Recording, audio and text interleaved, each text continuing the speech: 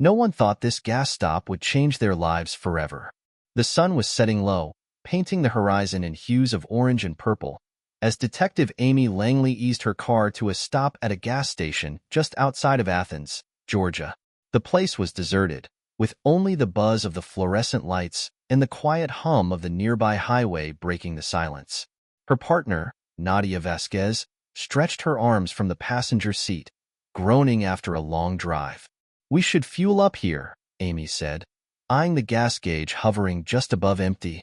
"Another hour to the city, and I'd rather not risk it."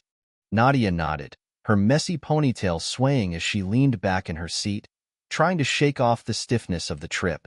"Good idea. Feels like we've been on the road for days." Both women, in their early 30s, had just spent the last 3 days at a defense tactics seminar, brushing up on the kind of skills most people never think to learn. Amy had been in law enforcement for nearly a decade, with a focus on violent crimes, while Nadia, 4 years her junior, was a rising star in the narcotics division. They wore civilian clothes, Amy in a casual sweater and jeans, and Nadia in loose-fit pants and a hoodie. Their badges and service weapons remained concealed, as second nature taught them to keep a low profile off-duty. Just because they weren't on the clock didn't mean they weren't prepared for anything. Amy stepped out and began filling up the tank while Nadia stretched and tossed their empty coffee cups in the trash. Through the store's glass doors, Nadia spotted a young woman at the counter, her eyes weary but friendly as she nodded a quick greeting. Her name tag read, Emily. The quiet evening felt peaceful, almost too peaceful, but it wasn't long before a deep rumbling sound shattered the silence. Amy looked up from the gas pump, her gaze narrowing as she spotted a trio of motorcycles tearing down the highway and pulling into the station. Something about the way they moved had her instincts prickling. The bikers rolled in faster than seemed necessary, each of their machines gleaming under the fluorescent lights as they parked in a tight formation near the entrance. One of the men, their leader, it seemed, cut the engine first. He swung his leg off the bike, towering at least 6 feet tall, with a head of graying hair and a heavy beard. His leather vest, lined with patches, suggested a history that didn't belong to law-abiding types. The other two were just as large, though younger, with one sporting a bandana and a deep scar across his left cheek, while the third had long hair tied back in a knot. They lingered near the entrance, their loud laughter disturbing the stillness of the evening. Amy felt her pulse quicken as she noted their details, her training kicking in. She subtly pulled her phone from her pocket and tapped out a quick message to the local dispatch with their location. It was a habit she'd formed over the years. Always report a suspicious situation, even if it turned out to be nothing. Meanwhile, inside the convenience store, Nadia browsed the snack aisle, positioning herself where she could see both the cashier and the bikers. She felt the atmosphere shift the moment they walked in. Emily's demeanor transformed from casual to tense, her body language curling in on itself as her hands fidgeted behind the counter.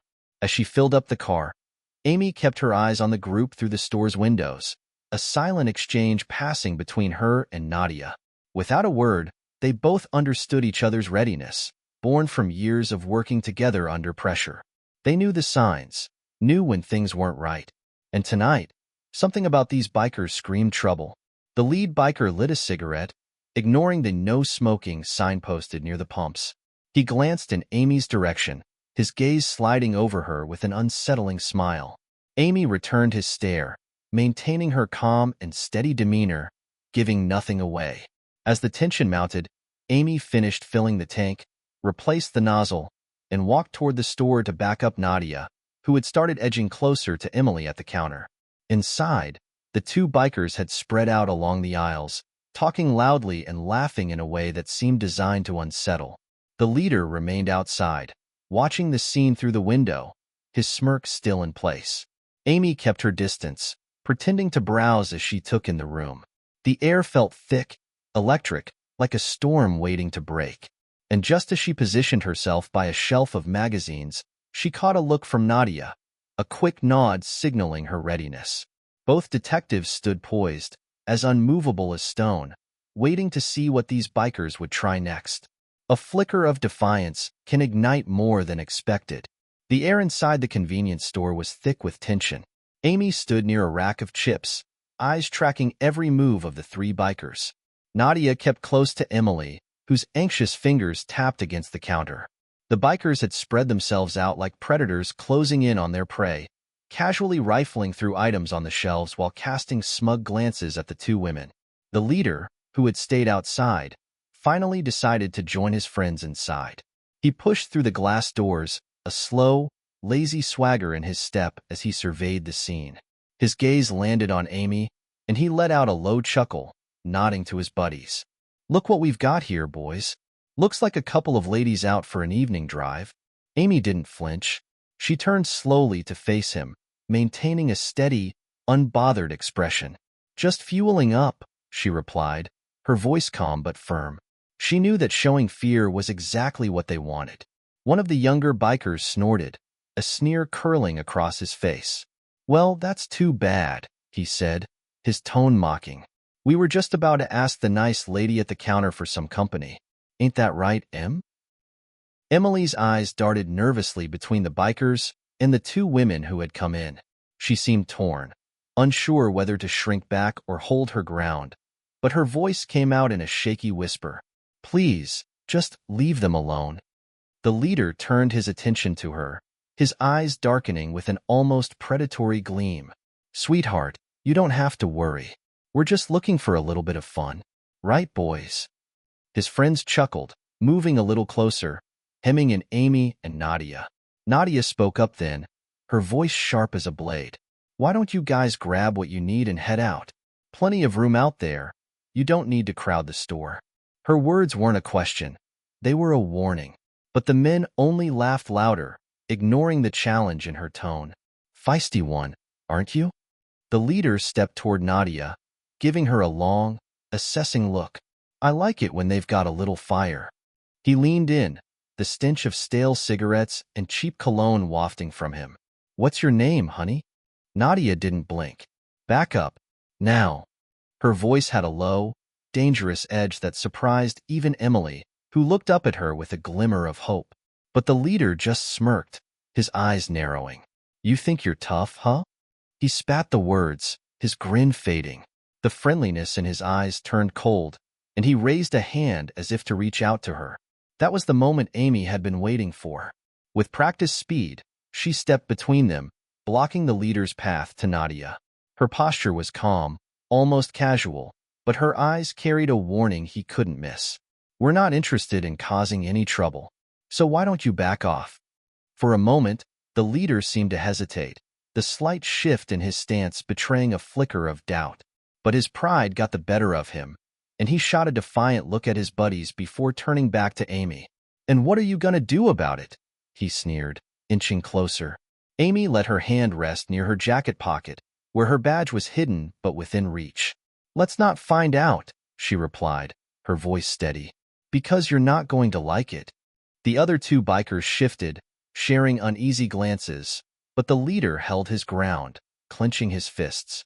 He was used to people backing down, especially women, and wasn't about to be put in his place by a couple of strangers at a gas station. His bravado took over, and he stepped even closer, barely a foot from Amy's face. "Listen, sweetheart," he said, his voice a low growl. "You don't get to tell me what to do." Amy didn't flinch. She held her ground, her gaze unwavering. She could feel the tension in Nadia, who was standing just behind her, ready to step in if needed. She'd been in enough standoffs to know that sometimes a single, solid stare was more effective than any words. And tonight, she wasn't about to let these guys bully anyone. The standoff stretched on, seconds feeling like minutes as the two locked eyes. The bikers' mocking bravado began to falter, their leader's expression shifting from anger to something Amy recognized as frustration. He wasn't used to resistance. Not like this. Just as he looked ready to make another move, a loud ping rang out. The doorbell announced the arrival of another customer, an older man with a grizzled beard and a worn baseball cap. He glanced at the scene, his brows knitting together as he took in the tense standoff. Amy caught his eye and gave him the slightest shake of her head, hoping he'd understand. The last thing she wanted was for this to escalate with another civilian involved. The newcomer sensed the tension, hesitating for a moment before heading over to the cooler, acting as if he hadn't noticed. His calm presence seemed to deflate the situation just enough to give the bikers pause. The leader looked around, his confidence wavering, before letting out a snort. "This ain't over," he muttered, motioning to his friends. They reluctantly backed off, snickering as they sauntered toward the door, glancing back with challenging glares. As they passed, the leader tossed one last sneer at Amy and Nadia. "Next time we see you two, you'll be different." Amy and Nadia watched them walk out, their heavy footsteps echoing in the quiet of the night. The doors swung shut behind them, and the tension in the air began to dissipate. Emily let out a shaky breath, her hands pressed against the counter as she looked up at Amy and Nadia with a mixture of relief and gratitude. "Thank you," she whispered.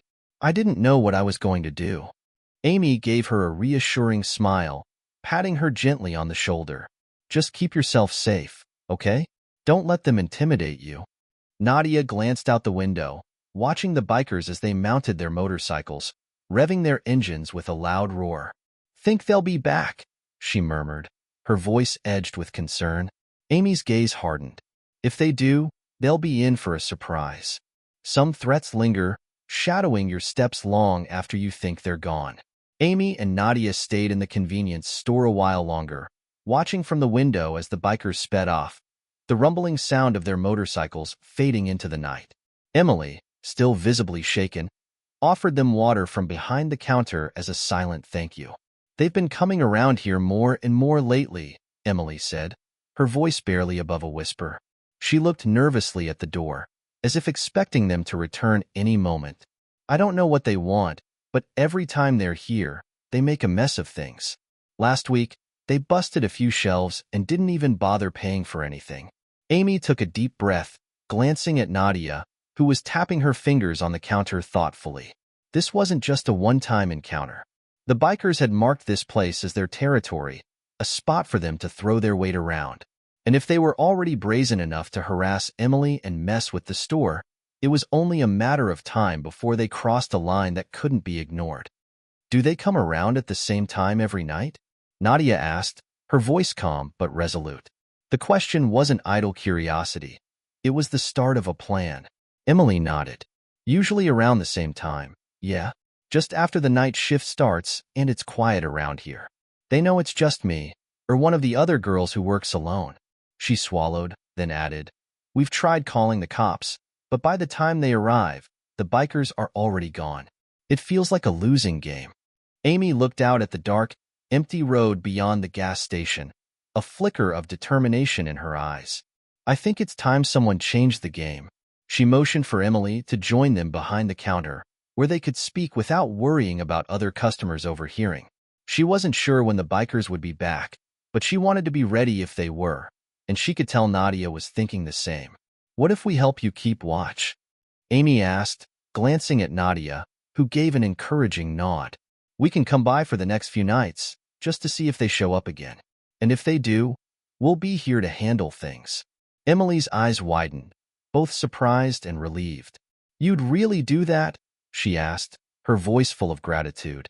"I don't have anyone to call for help, and my manager, well, he doesn't think it's a big deal." Nadia let out a huff of exasperation. "Of course he doesn't," she muttered.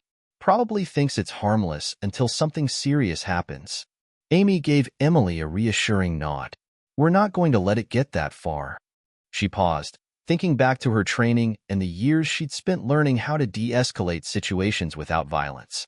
"But if they try anything, we'll make sure they know they're not welcome here." The three women made a quick plan. Emily would call Amy and Nadia if she saw the bikers approaching from the road, giving them enough time to slip into the store and avoid immediate confrontation. Amy wanted to be able to assess the situation before diving in, and Nadia agreed, her expression one of cool determination. As they finished setting up their plan, Amy turned to Emily with one last question. "Is there anyone else you trust here? Another coworker, a friend who could watch the door with you?" Emily shook her head. "Most of the other employees are younger than me, and they're too scared to even be on shift after sundown now. They'd rather trade their hours than deal with those guys." Amy's jaw clenched, her frustration with the situation evident. "No one should feel unsafe just coming to work," she said firmly. She'd seen too many people live in fear because no one was willing to step up, and she wasn't about to let that happen here. Nadia's face softened as she looked at Emily, and she gave her a gentle smile. "We're here now. You're not alone." With a few parting reassurances, Amy and Nadia left the store, heading back to their car in silence. Once they were seated, Amy let out a sigh, her hand gripping the steering wheel a bit too tightly. She was frustrated, not only by the bikers, but by the complete lack of help from local authorities. "You think they'll come back tonight?" Nadia asked, her voice breaking the silence. She glanced out the window, eyes scanning the dark road for any sign of headlights. Amy shrugged. "Maybe, but something tells me they won't give up that easily. Guys like that don't like being told no." Nadia chuckled darkly. "Well, they're about to get a lot of it." They sat in the car for a few more minutes, the only sound the quiet hum of the engine. Amy found herself thinking back to her own past encounters with people who thought they could push others around.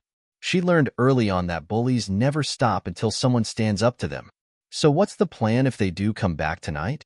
Nadia asked, shifting to face Amy. "We can't exactly handle all three of them at once without some kind of backup."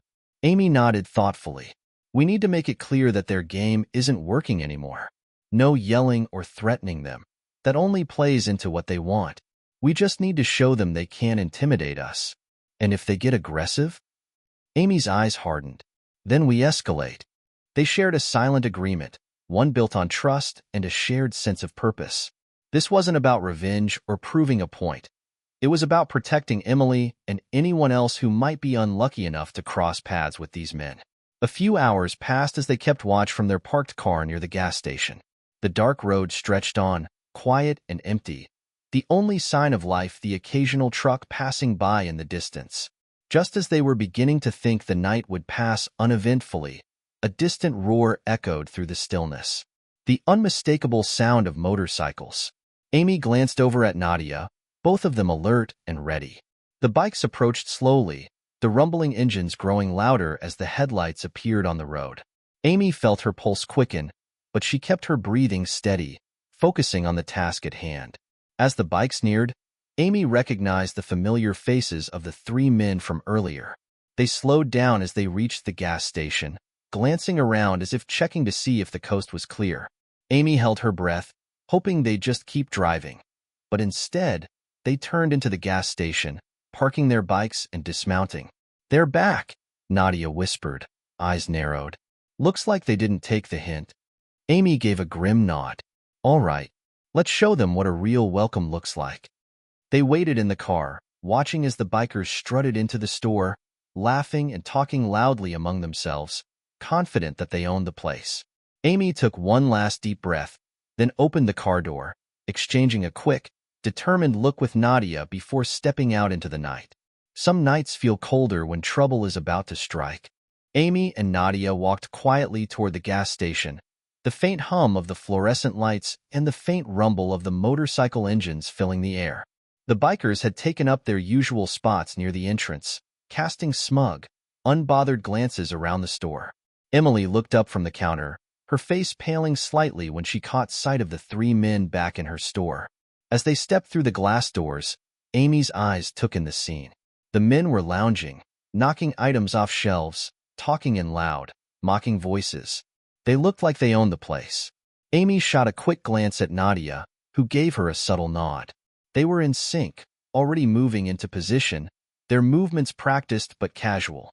If the bikers noticed, they gave no indication, too busy with their antics to notice anything out of the ordinary. One of the bikers, the tallest of the three with a tattoo snaking up his neck, turned and smirked at Emily. "Still open for business, sweetheart?" He sneered. "Because I don't remember seeing a closed sign anywhere." Emily's jaw tightened, but she didn't respond, her eyes darting to Amy and Nadia as if hoping they would work their magic and make this ordeal disappear. Amy took a step forward, her voice calm but loud enough to catch the biker's attention. "That's enough. You guys need to leave. Now." The three men looked over at her, their expressions shifting from amusement to confusion. The tattooed man chuckled, nudging his friend with his elbow. "Hey, look at this," he said, gesturing at Amy. "Looks like we've got ourselves a hero." Amy's eyes remained steady, her voice unwavering. I'm not here to play games. You heard me. Leave. Nadia crossed her arms, mirroring Amy's firm stance. This store isn't yours to mess with. You're trespassing. The tattooed man let out a low whistle, glancing at his friends with a cocky grin. Trespassing? Who's gonna make us leave, you? He chuckled, eyeing Amy and Nadia with open disdain. Amy didn't flinch. She'd faced bullies like him before, people who mistook kindness for weakness and silence for permission. She met his gaze with calm confidence, her stance unyielding. Actually, yeah, she said, a slight smile forming.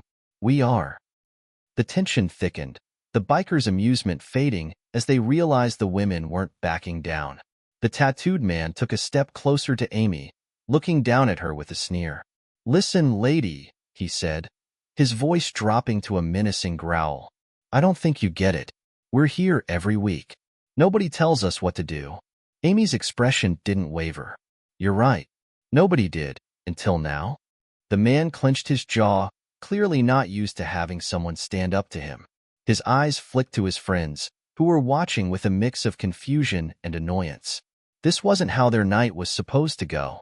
One of the other bikers, a burly man with a patchy beard, spoke up, his tone dripping with condescension. Why don't you and your friend just run along? Huh? This is none of your business. Nadia chuckled, a sound that was more taunting than amused. We made it our business when you started harassing the people who work here. You're not welcome here anymore. The men exchanged a glance, their irritation shifting into something darker. It was clear they weren't used to being challenged, especially not by two women. The tattooed man shook his head, his eyes narrowing as he took another step forward, now inches from Amy. I think you've got a death wish, he sneered. It'd be a shame if something happened to you. Amy held her ground, feeling Nadia's presence beside her, a silent show of support. She could sense the rising tension, the subtle tightening of muscles as the bikers prepared to assert their dominance. But she and Nadia weren't about to give them the satisfaction. Do you know what would really be a shame? Amy's voice was low, her gaze unwavering as she looked up at the tattooed man. If you wound up behind bars for assault, because that's where you'll end up if you lay a hand on either of us. The word struck a nerve. The tattooed man's face twisted with anger, his fists clenching at his sides. But he hesitated, glancing around the store as if suddenly aware of the security cameras mounted in the corners, each one quietly recording his every move. Are you seriously threatening us with the cops? The bearded man scoffed. They don't care about what happens in a dump like this. We run this town. Nadia shook her head, a trace of pity in her gaze. Not anymore, you don't. For a moment, the bikers just stood there, their eyes darting between Amy and Nadia as if trying to decide whether to push their luck. The atmosphere was tense, the air thick with unspoken threats. But Amy could see the hesitation in their eyes, the flicker of doubt that meant they were starting to second-guess themselves. It was a small victory, but it was enough. The tattooed man let out a frustrated growl, turning to his friends with a scowl. Let's go, he muttered, his voice dripping with bitterness. We don't have time for this. He shot one last glare at Amy and Nadia, his eyes filled with cold resentment. You think you're tough? You think this is over? Just wait. You'll see. Amy's voice was steady as she replied, if you come back here, you'll get the same treatment every time. This isn't your place to control. The bikers didn't respond, but the look in their eyes spoke volumes. They'd been challenged, put in their place, and they didn't like it. But for now, they had no choice but to back down. As the men stomped out of the store, the tension finally broke, leaving the air thick with a mix of relief and residual anger. Amy and Nadia watched them go, their eyes narrowed as they silently vowed to stay vigilant. When the bikers were gone, Emily let out a shaky breath, her shoulders sagging with relief. Thank you, she whispered, her voice filled with gratitude. I don't know what I would have done without you. Amy gave her a reassuring smile. You're not alone in this, Emily. We're not letting them run you out of your own store. Nadia nodded, placing a comforting hand on Emily's shoulder. And if they come back, we'll be here to deal with them. They're not as tough as they think.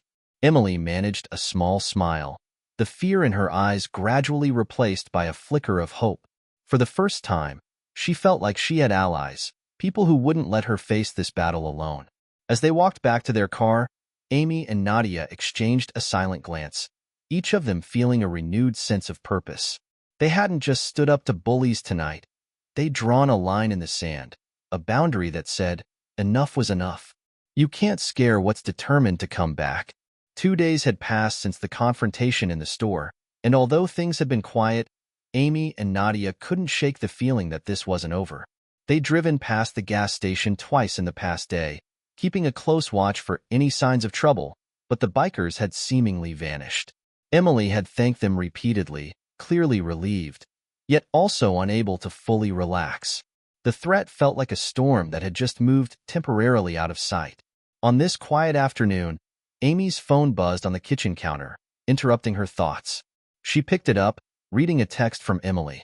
They're back? 3 of them. Come quick if you can. Amy's heart sank, though she wasn't entirely surprised. The brief silence had been the calm before the storm. Without hesitation, she grabbed her keys and texted Nadia, who was already waiting to jump into action. I knew they'd be back, Nadia said as she climbed into Amy's car. They don't take a hint, do they? They're too used to getting their way, Amy replied, her jaw tightening. They won't stop until they're sure we mean business.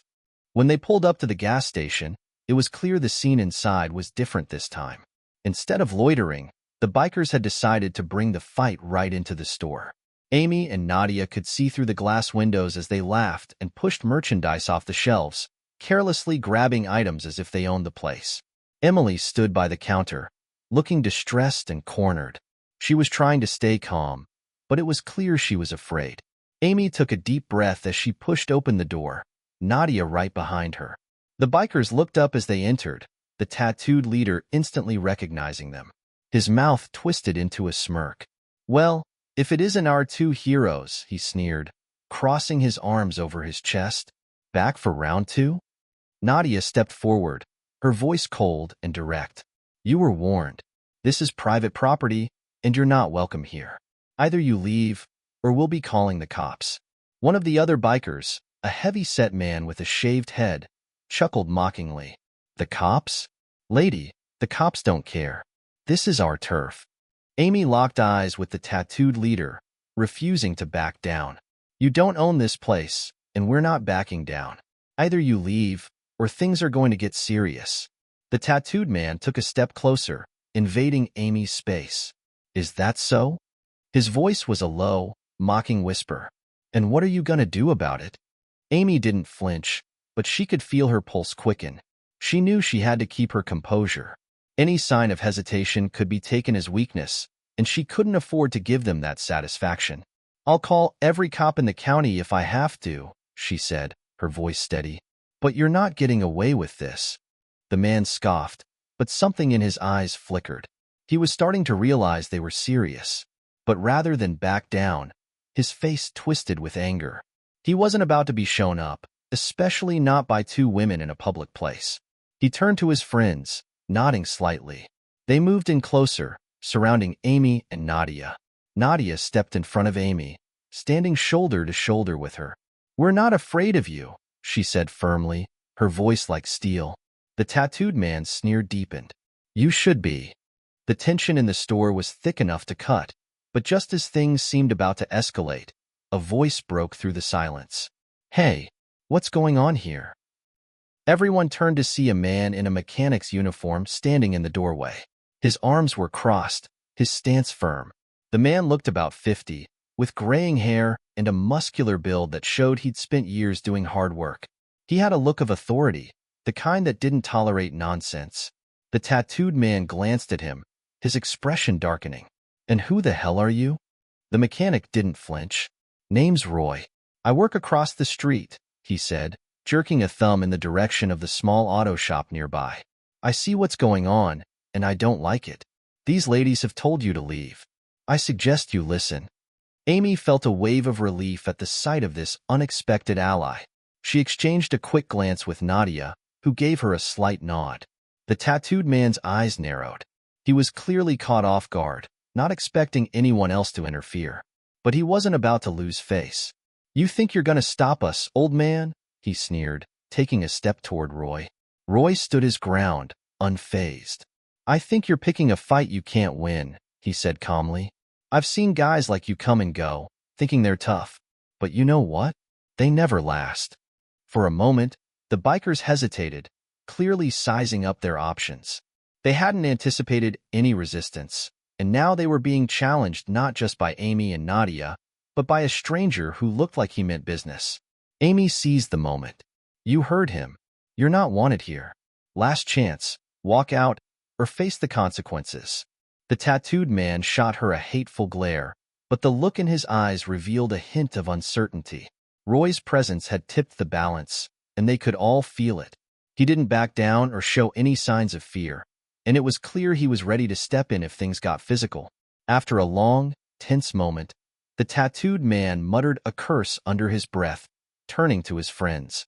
"Let's go," he snarled, spitting the words as if they tasted bitter. They reluctantly turned, throwing one last look of contempt at Amy, Nadia, and Roy as they shuffled toward the door. Just before they left, the tattooed man stopped and looked back at Amy, his eyes filled with cold anger. "You think this is over?" he hissed. "It's not. We'll be back, and you'll regret this." Amy didn't flinch. She held his gaze, her voice unwavering. "Come back, and you'll get the same welcome. We're not backing down." With one last scowl, the tattooed man turned and stomped out, his friends following. The doors swung shut behind them, the silence in the store almost deafening in their absence. Emily let out a shaky breath, looking visibly relieved. She walked over to Roy, gratitude shining in her eyes. "Thank you, Roy. I don't know what we would have done if you hadn't shown up." Roy shrugged modestly. "Just doing what's right. No one should have to put up with that kind of nonsense." Amy stepped forward, extending a hand. "Thank you, Roy. We could use more people like you around here." He shook her hand firmly, nodding. "Anytime. If they come back, you call me. I've dealt with guys like them before. They think they're invincible until they're put in their place." As Roy headed back to his shop, Emily turned to Amy and Nadia, her expression a mix of relief and lingering fear. "I don't know if they'll really leave us alone. They looked serious when they said they'd be back." Amy placed a reassuring hand on her shoulder. "We'll be ready for them. You're not alone in this, Emily. We'll keep standing up to them, no matter what." Nadia nodded in agreement. "And now we know we're not the only ones who care about what happens here. With Roy on our side, they're going to have a harder time intimidating anyone." As they left the store, the adrenaline slowly faded, but Amy's resolve only grew stronger. She knew the bikers wouldn't give up easily, but this was a fight she was willing to see through to the end. She and Nadia had made a promise to Emily, and they intended to keep it, no matter what came their way. Some battles aren't won with fists. They're won with alliances you never expected. The next morning, Amy and Nadia met at the cafe where they usually debriefed. They had barely slept after the encounter with the bikers, and it showed. Amy had replayed the scene in her mind, particularly the look of pure rage on the tattooed leader's face when he'd promised to come back. It had been more than an empty threat, and both she and Nadia knew it. Nadia sipped her coffee, her brow furrowed. Roy showing up like that was a godsend. "I didn't even know anyone was watching." Amy nodded. "It's clear he doesn't want any trouble in his community. But I wonder if he knew who those bikers were. They acted like they owned the place." Nadia thought for a moment. "We need to know more about these guys. If we don't know who they are or what they're really after, we'll always be 2 steps behind. Besides, Roy might be the only ally we have in this town." They agreed that it was time to pay Roy a visit and get a better sense of who he was and, more importantly, how much he knew. After they finished their coffee, they walked across the street to the small auto shop where Roy worked.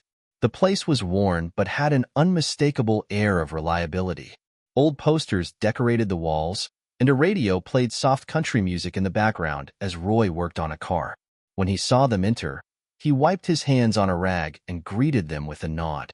"Didn't expect to see you two so soon," he said with a slight smile. "Everything all right?" "More or less," Amy said, glancing around the shop. "But we wanted to thank you again for yesterday. If you hadn't shown up—" Roy waved her off. "I'm just glad I was there in time. I've seen those types before. Think they can throw their weight around just because they're in a group. Cowards, all of them. Nadia crossed her arms. We're trying to figure out who they are, what they're after. Do you know anything about them? Roy hesitated for a moment, looking between them as if weighing something in his mind. Finally, he sighed. Look, those guys come around every now and then. They're part of a loose gang that moves between a few nearby towns. Mostly troublemakers. They'll rough up places they think are easy targets, but they tend to back off when they realize people aren't afraid of them. Amy frowned. That leader, the tattooed guy, he seemed different, like he had some kind of grudge. Roy nodded slowly. He's the one to watch out for. His name's Carl, and he's been bad news since he was a kid. Always getting into fights, picking on people he thinks he can intimidate.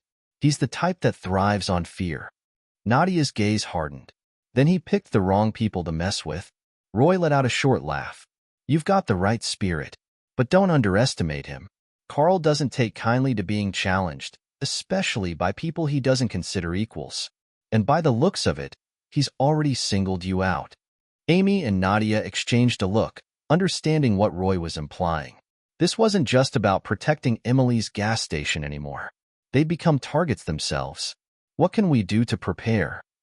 Amy asked, leaning forward. Roy scratched his chin, considering. It helps to know the terrain. People around here respect strength, but they also respect loyalty. If Carl's gang sees that you've got the support of the town, they're less likely to keep coming back. They don't want to pick a fight they can't win. Nadia's eyes lit up. So if we can rally people around us, we can make this place too difficult for them to mess with. Roy nodded. Exactly.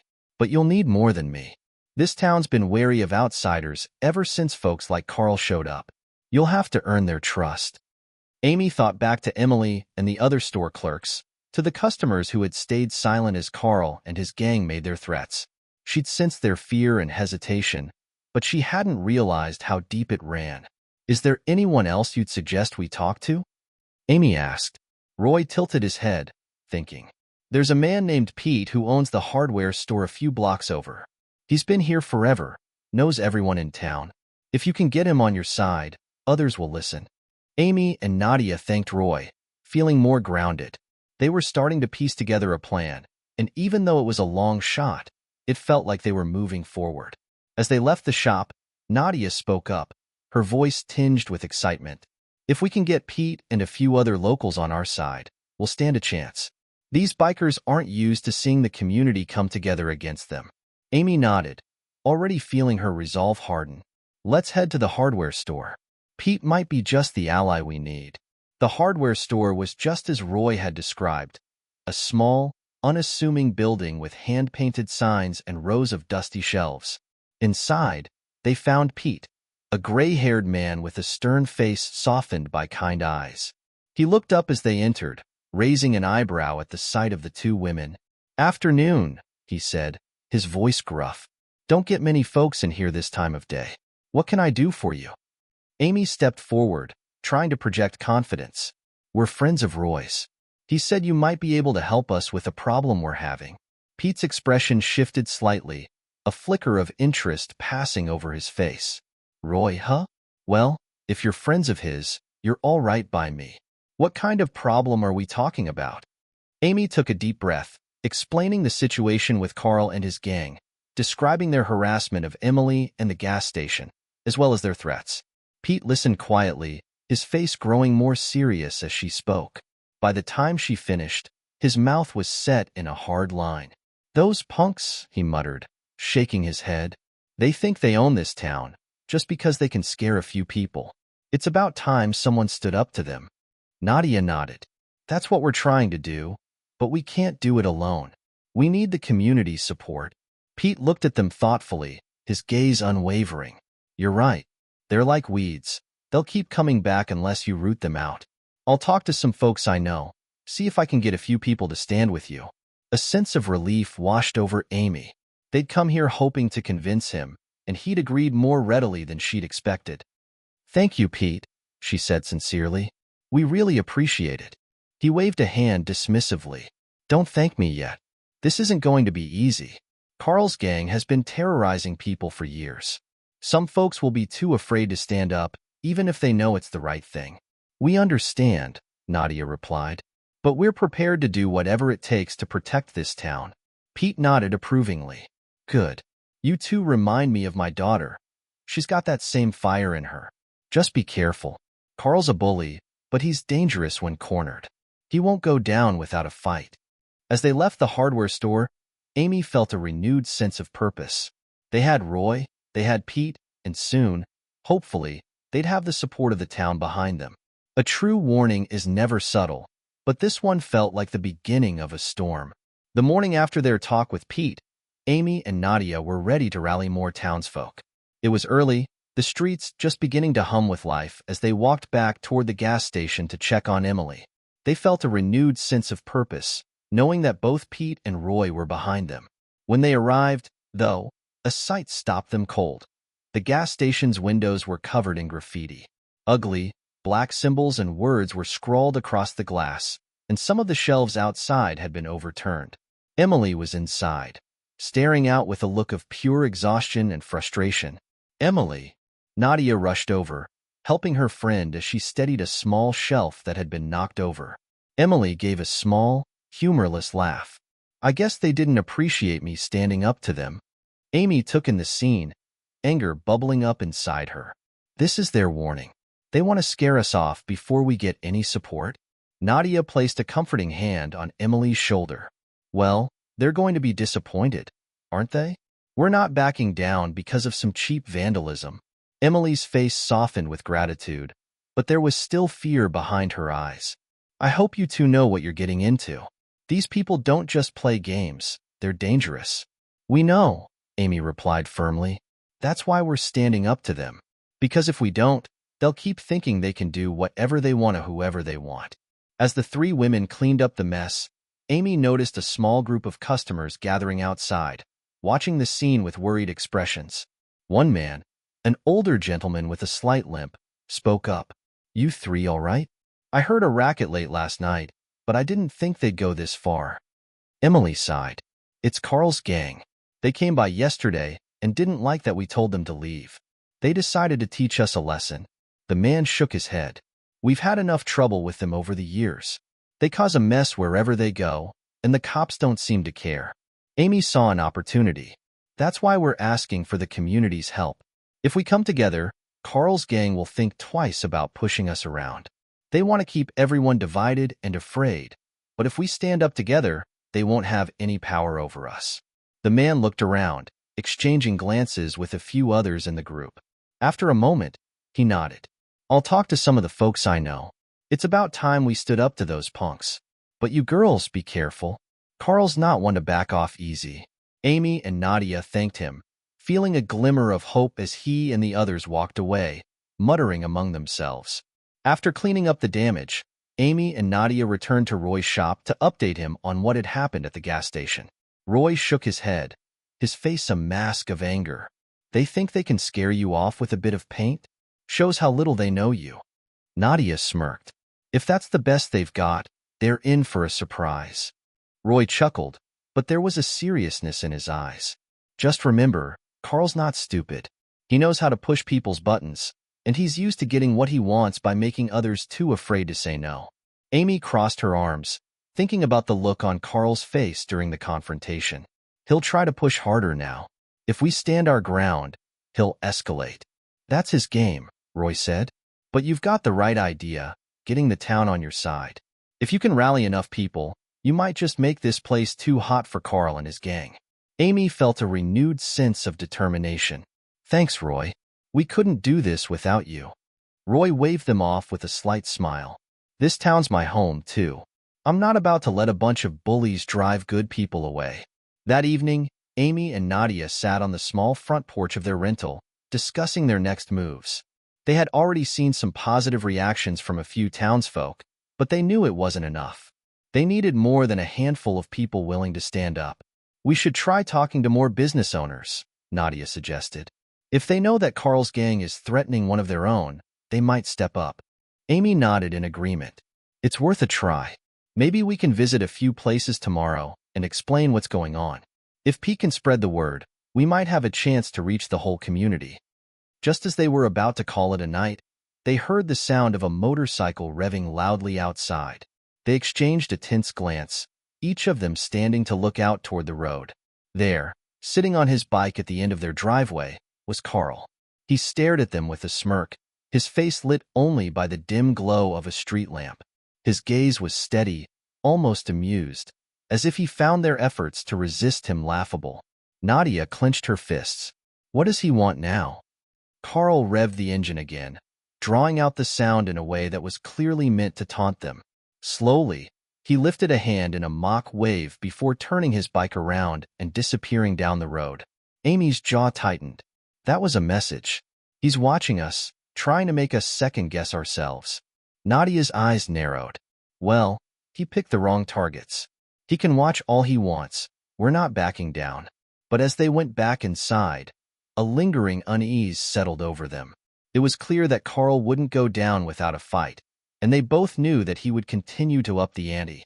Sometimes, hope comes quietly, with the sound of a familiar voice in the darkest of hours. The day after Carl's intimidation attempt, Amy and Nadia met with Pete at his bar. He'd agreed to let them host a small meeting there, hoping they could gather some townsfolk willing to stand against Carl and his gang. The air in the bar was thick with both anticipation and worry, but a few friendly faces scattered among the patrons gave Amy and Nadia some hope. All right, folks, Pete began, standing at the front of the room. We all know why we're here. Carl's gang has been bullying this town long enough. It's time we decide whether we're gonna keep letting it slide or do something about it. The murmurs grew louder as a few townsfolk voiced their concerns. One woman raised her hand. But Carl's boys, they've got more than just bikes and bad attitudes. I heard they've got connections out of town too. They're not just gonna roll over and leave. Nadia stepped forward, her voice steady and calm. We're not saying it'll be easy, but if we keep letting them push us around, they'll only get bolder. We need to show them that they can't just walk all over us. An older man named Jim, known around town for his years working at the local mechanic shop, nodded. Nadia's right. Carl's gang used to be a few rough boys from out of town looking for trouble. Now they're organized. They take protection money from shops, harass anyone who speaks up. If we don't stop this now, it's only gonna get worse. Amy felt the room start to shift. People exchanged glances, nodding as Jim's words hit home. She took a deep breath, hoping to keep the momentum going. Look, we're not saying you have to face them alone. We're saying that if we come together, every one of us, will have a chance. Bullies thrive on fear, but if they see a united front, they'll think twice. Pete chimed in. I've already decided not to give them another cent. They've been hounding me for protection fees for years, but no more. I'd rather close this place than keep giving them money. One by one, others started voicing their support, a few of them sharing stories of the gang's harassment. Someone mentioned a cousin who'd moved away because of the constant threats, and another spoke about how they avoided certain parts of town because of Carl's men. Finally, a woman named Clara, the owner of a small flower shop, raised her voice. If you think we can make a difference, I'm in, but we'll need a plan. Carl's not going to be scared off by words alone. Amy and Nadia exchanged a hopeful look. We're working on it, Amy replied, her voice confident. If we can just get the town to rally together, we'll start making moves to show Carl he's lost his grip on us. As the meeting wrapped up, they collected names and contacts of those willing to help, realizing they had the beginnings of a resistance. As they left, Amy felt a new surge of determination. They were no longer fighting alone. The town was beginning to wake up. The next day, Amy and Nadia visited Emily at the gas station. They filled her in on the meeting, watching her face light up with relief. Finally, she said, for a while there, I thought everyone in this town would just keep their heads down forever. We've got a long way to go, Amy admitted, but it's a start. As they talked, Roy pulled up in his truck, his face set with a grim expression. He got out, looking between the three women. I heard what you girls are trying to do. I just came to tell you. Be careful. Carl's already poking around, asking questions about last night's meeting. Nadia tensed. You think he's going to try something? Roy shrugged, but there was worry in his eyes. I know the type. He's not used to anyone standing up to him, and he's not going to let it slide without some kind of reaction. Just watch your backs. Emily frowned, her eyes hardening. So, what? Are we just supposed to back down because he's angry? No, Roy said firmly. I'm saying to be smart. Don't go looking for trouble, but don't let him scare you off either. Amy nodded, taking his words to heart. She could see how much the town meant to him and knew that his warning came from a place of genuine care. Thanks, Roy, she said. We'll be careful. As Roy drove off, Amy's mind began racing with ideas. Carl's intimidation tactics might work on most people, but they'd been able to gather a few brave souls already. If they kept pushing, Carl would eventually lose the power he'd stolen from this town. But Amy knew they needed more than just numbers. They needed a plan to hit Carl where it hurt. That evening, as they sat around the small kitchen table in their rental, Amy and Nadia brainstormed strategies. They talked about organizing neighborhood patrols, setting up a network to keep tabs on Carl's gang, and planning peaceful demonstrations. They'd even considered using social media to rally more support. We should reach out to more of the older generation, Nadia said thoughtfully. The people who've lived here longest and have seen what this place used to be before Carl's gang came along. They might be the key to rallying the rest of the town.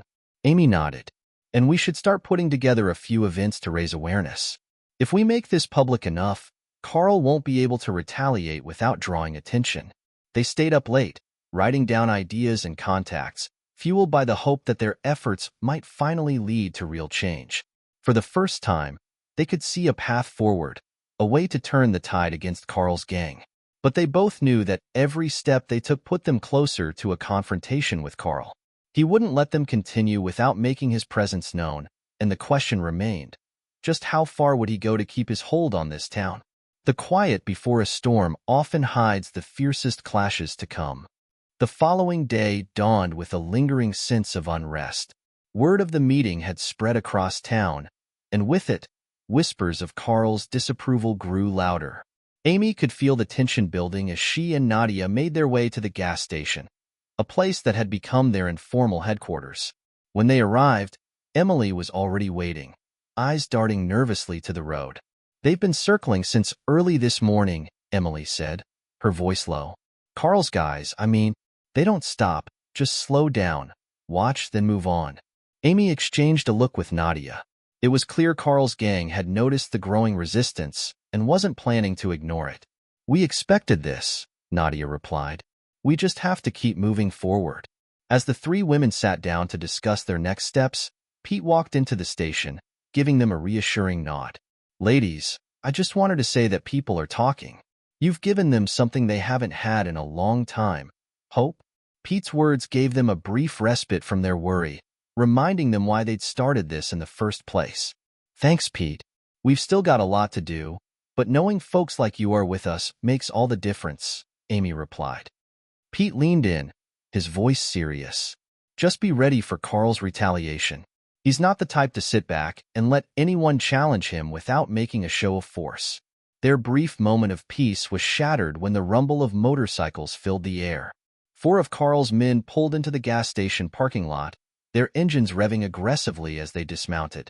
Amy felt her pulse quicken, but she squared her shoulders, determined to meet them head-on.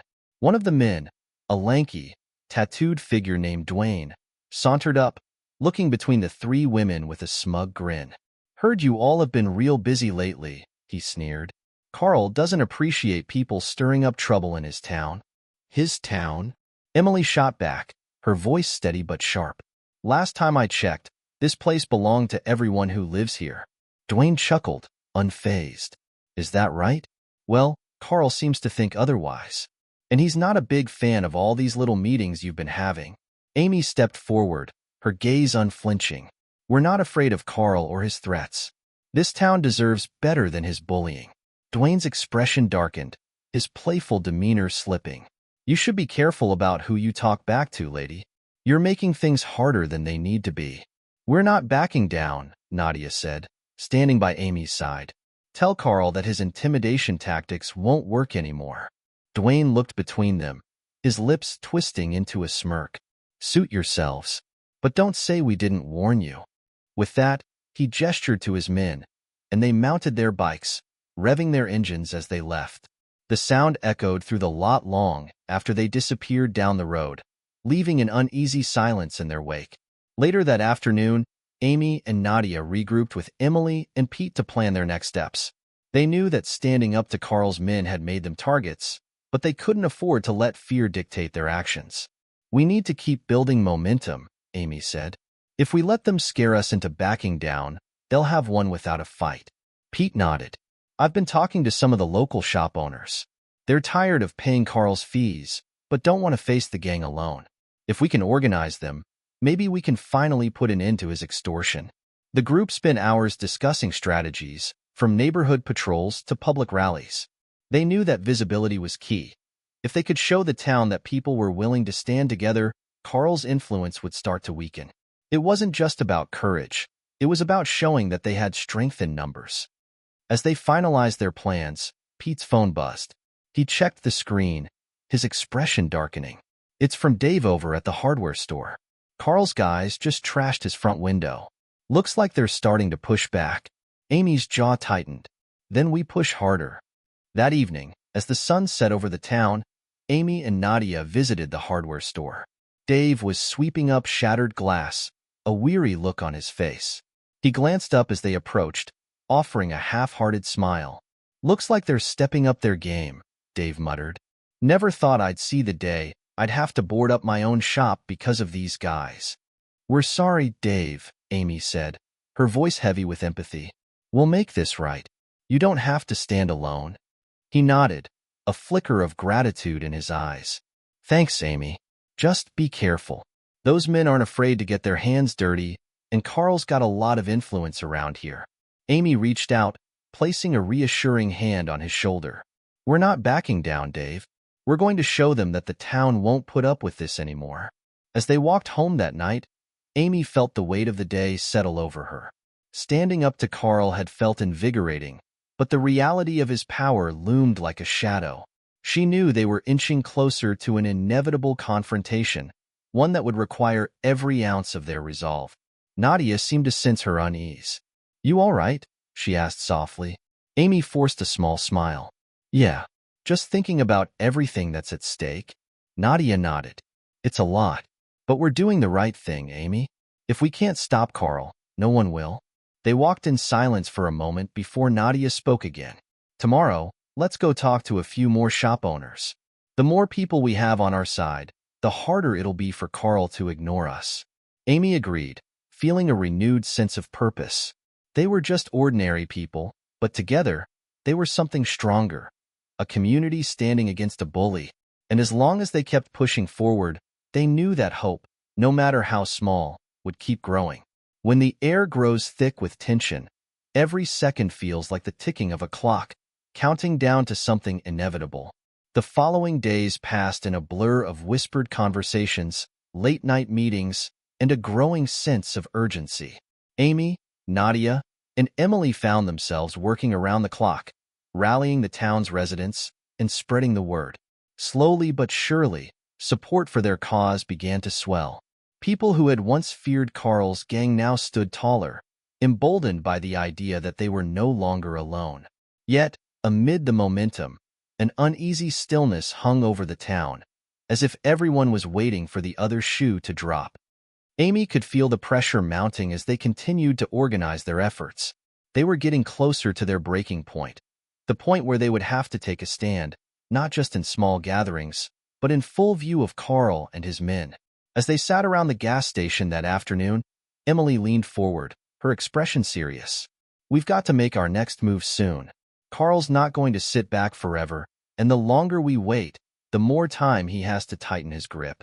Amy nodded. She could feel the weight of the decision pressing on her chest. She'd known it would come to this, but making the call to escalate their efforts meant that there was no turning back. They were about to go from being an underdog resistance to a target in Carl's eyes. "What are we waiting for?" Nadia asked, her voice unwavering. "The longer we stay on the defensive, the more Carl and his people take control of the narrative."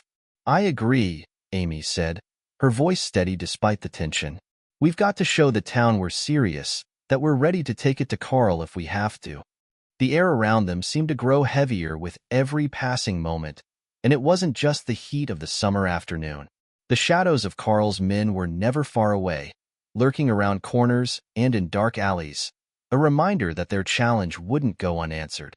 Yet, despite the risks, Amy couldn't back down. This was bigger than just her or Nadia. It was about everyone in town who had been living under Carl's thumb for too long. "All right," Amy said, after a long pause. "We'll hold a rally. A public one, right in the center of town. Let's get everyone together. Show Carl we mean business." Nadia raised an eyebrow. "You think he'll try something before we even get to the rally?" "I don't know," Amy admitted.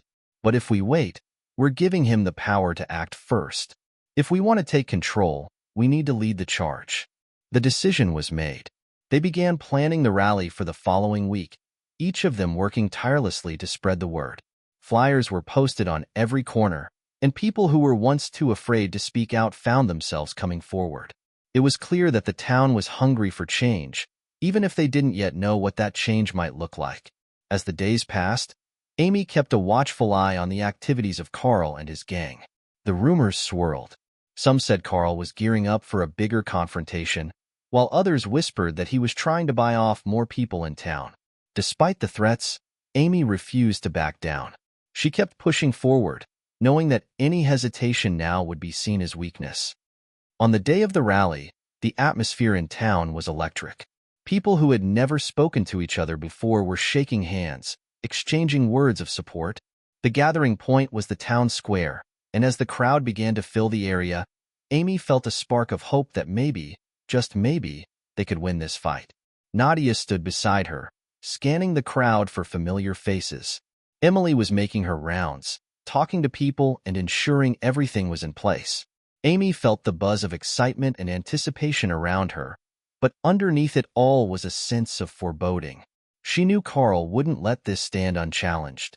As the rally began, Amy took the stage. Her heart pounded in her chest as she looked out over the sea of faces. People who had been afraid to speak out were now standing together, united in their desire for change.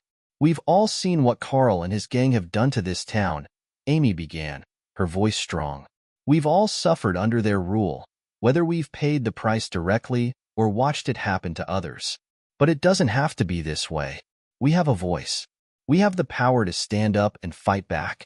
The crowd cheered, their energy infectious, and for a moment, Amy felt a sense of relief. But the feeling was short-lived. Out of the corner of her eye, she saw the unmistakable sight of motorcycles pulling into the square. The gang was here, and it was clear they weren't just there to watch. Carl himself stepped off his bike, flanked by a few of his men. His eyes locked on Amy, and the sneer on his face was enough to send a chill down her spine. She knew that this was the moment she'd been preparing for, the clash that would define everything. "I see you've gathered the town's misfits," Carl called out, his voice carrying across the square. "You think you can make a stand against me? You think the people of this town are going to follow you instead of me?" The crowd fell silent, their attention now fully on Carl. The tension was palpable, thick enough to cut through with a knife.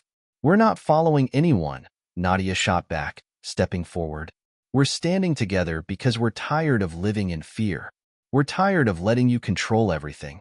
This is our town, not yours." Carl's eyes flashed with anger, but he didn't back down. "You've made a mistake, all of you. I run this town, and if you want to take me on, you better be ready for the consequences." Amy took a step forward, her voice steady and clear. "We've already faced the consequences, but now we're fighting back." For a moment, the world seemed to hold its breath. The crowd was waiting, the tension in the air thick with uncertainty. Would Carl back down? Or was this the beginning of a showdown that would change everything? When the line between courage and recklessness blurs, you don't always know where you'll land. But one thing is certain, you can't unmake a choice once it's been made. The tension in the air was unbearable. Amy stood firm, facing Carl as he glared at her from across the square. His gang flanked him, their presence adding to the simmering atmosphere of danger. But Amy didn't waver. The crowd had come for a change, and she wasn't about to let Carl intimidate them into silence. Carl's voice broke through the quiet. "You think you can lead these people? You think you can make them believe they have power?" He took a slow step forward, his eyes never leaving Amy. "This is my town. I built it, and I'll tear it down before I let anyone take it from me." Amy's pulse quickened, but she stood taller, meeting his gaze with a fierce determination. "This town doesn't belong to you, Carl.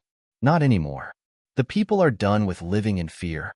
The crowd stirred, murmurs of agreement rippling through the crowd. Amy could feel the collective breath they all held, waiting for something to happen, wondering if this moment would be the tipping point. Carl's sneer deepened, and without warning, he signaled to his men. The motorcycles roared to life, drowning out the voices of the crowd, a clear signal that he wasn't interested in negotiating. "We'll see about that," Carl growled, his voice filled with menace. His hand went to his waistband, where Amy knew he kept his weapon. The sight made her stomach turn, but she didn't look away.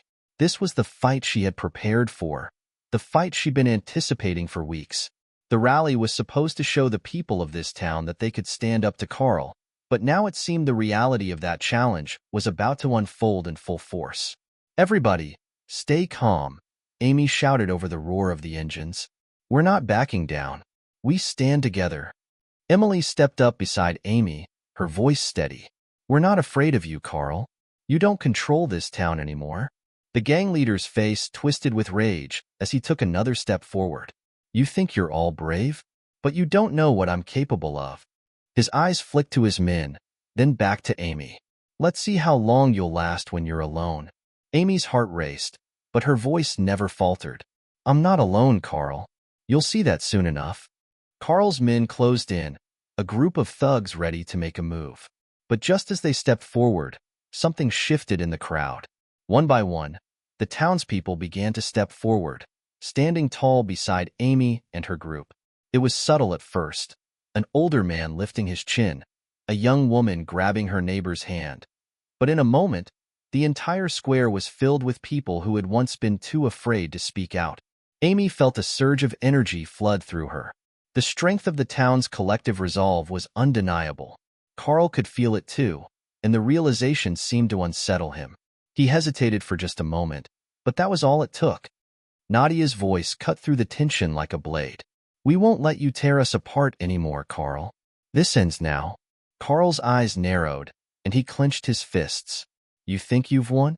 This is just the beginning." Before anyone could react, Carl barked an order, and his men surged forward, attempting to break through the crowd. But Amy and her group were ready. Nadia, Emily, and several others stepped forward, blocking their path. The chaos that followed was brief but intense. People shouted, some running to avoid the confrontation, while others fought back with the newfound courage of a town united. Amy's heart pounded as she moved with the crowd, her eyes scanning for any sign of danger. Carl's gang was strong, but they were outnumbered, and the people of the town fought back with a fierce passion Amy had never seen before. Then, the unmistakable sound of sirens cut through the noise. The police had arrived, drawn by the commotion. Amy turned, her breath catching in her throat. The local sheriff, along with several deputies, pulled into the square, their presence immediately halting the clash. Sheriff Daniels stepped out of his patrol car, his eyes scanning the scene. "What's going on here?" His voice was sharp, commanding attention. Amy stepped forward, her voice firm. "We're standing up to Carl and his gang. The people of this town are tired of being controlled by fear." The sheriff's gaze flicked between Amy and Carl, then back to the crowd. His hand hovered near his gun holster, his demeanor uncertain. "I don't want any trouble, but this is getting out of hand." Carl, his face twisted with fury, spoke up. "This town belongs to me, Sheriff. You know that. These people are nothing but troublemakers trying to stir up chaos." Sheriff Daniels hesitated for a moment, his eyes flicking to the townspeople who stood firm, shoulder to shoulder with Amy. There was something in the air now, something that made it clear this wasn't just a skirmish. It was a turning point. "I've been in this town long enough to know who runs it," the sheriff said quietly. "And it's not you, Carl." Carl's jaw tightened, and the muscle in his neck twitched. The realization was dawning on him. He was losing his grip. He turned sharply and motioned for his gang to follow. "This isn't over," he spat. "You haven't heard the last of me." With that, Carl and his men mounted their bikes and sped off, their engines fading into the distance. The crowd let out a collective breath as the tension dissolved into a hum of disbelief. They had won, for now. Victory doesn't always feel like triumph. Sometimes, it's the silence that follows a battle that echoes the loudest. The quiet that followed the showdown was almost deafening. The square was still filled with people, but the once tense atmosphere had shifted. There were no motorcycles revving, no shouting or clashing. Just the heavy silence of a community that had taken a stand. Amy looked around, her heart pounding, not from fear anymore, but from the weight of what they had just done. They had pushed back Carl's gang, but she knew that wasn't the end. The people here had shown courage, but this was only the beginning of what would come next. Sheriff Daniels had been quiet ever since he arrived. He stood to the side, talking with a few deputies, clearly processing everything that had just unfolded. But Amy didn't need to look his way to know where his loyalties now lay. The sheriff had made his decision, and for the first time in a long while, it felt like the tide had turned. Nadia stood beside Amy, her voice low but determined. "We did it, Amy. We showed them that we won't be bullied anymore." Amy nodded, her eyes scanning the crowd. There were still people who looked uncertain, nervous about what this meant for the future. They had taken a first step, but the road ahead was still filled with questions. Carl wouldn't give up so easily, and there were still plenty of people who believed he was the one in control. They had only won one battle, not the war. "I know," Amy said, her voice steady, "but we need to make sure this wasn't just a moment. We need to make sure this is the beginning of something bigger." Emily approached them, her face a mixture of relief and concern. "You think Carl's really gone for good?" Amy shook her head. "No, I don't. He's too dangerous, too determined. But what we did today, it's a message. And it's not just to him. It's to everyone who's been too scared to act, too scared to stand up." Emily glanced around at the crowd, now dispersing slowly, the energy of the moment fading. "But how do we keep it going? How do we make sure people stay strong, stay united?" "That's the hard part," Amy admitted. "It's not enough to have one big show of strength. We need to keep building momentum, keep showing people that they have a voice. Carl's going to come back, and when he does, we need to be ready." Nadia crossed her arms, her gaze focused. "We'll be ready. But it's not just about fighting. It's about making sure everyone knows they're part of this, that they have a stake in it. If we're going to take back control of this town, we can't do it with just a few of us."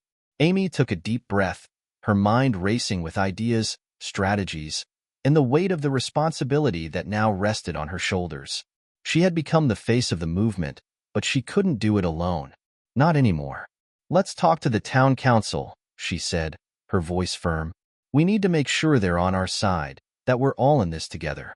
We need their support to get the word out, to start making real changes." Emily nodded, her eyes lighting up with a spark of hope. "That's a good idea.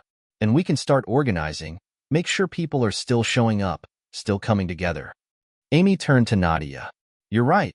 This can't just be about one victory. This has to be a turning point, something that sets the tone for what comes next. We need to show them that we're not backing down." The sheriff had been watching them, and now he approached, his face serious. "Amy," he said, his voice quiet, "I need to talk to you for a minute." Amy raised an eyebrow, unsure of what to expect. "What's up, Sheriff?" He glanced at the crowd, then back at her, his tone more cautious now. "What you did today, it wasn't easy. And I'll be honest with you, I didn't think you had it in you." Amy didn't flinch. "You didn't think we'd stand up to Carl?" Sheriff Daniels shrugged. "I've seen too many people fold when it came to him. I didn't know if you had enough support. But today, you proved me wrong." Amy studied him, trying to read between the lines. "So, what's your stance now?" The sheriff took a deep breath. "I'm not going to lie, it's a delicate situation. Carl has his supporters, and I'm not blind to the fact that he's got a lot of power in this town. But I'm with you now. I'll make sure the law's on your side, as long as it doesn't put me or my men at risk." Amy's heart beat faster. It wasn't the full endorsement she had hoped for, but it was progress. "We'll make sure this town stays safe. And we'll keep the pressure on." Sheriff Daniels nodded, but his face was still troubled. "Just be careful. Carl's not the type to back down, and I don't think he's done trying to control this place." "Neither are we," Amy said, meeting his eyes with a quiet but resolute confidence. As the sheriff walked away, Amy turned back to the group. The weight of their victory was starting to sink in, but so were the many questions that came with it. The battle had been won, but the war wasn't over. Not by a long shot. When the dust settles, the real fight begins. The days that followed the confrontation felt like they were slipping through Amy's fingers, each one faster than the last. The adrenaline from the fight had faded, replaced by the steady hum of worry and preparation. The town was quieter now, its people hesitant, as though they were waiting for the other shoe to drop.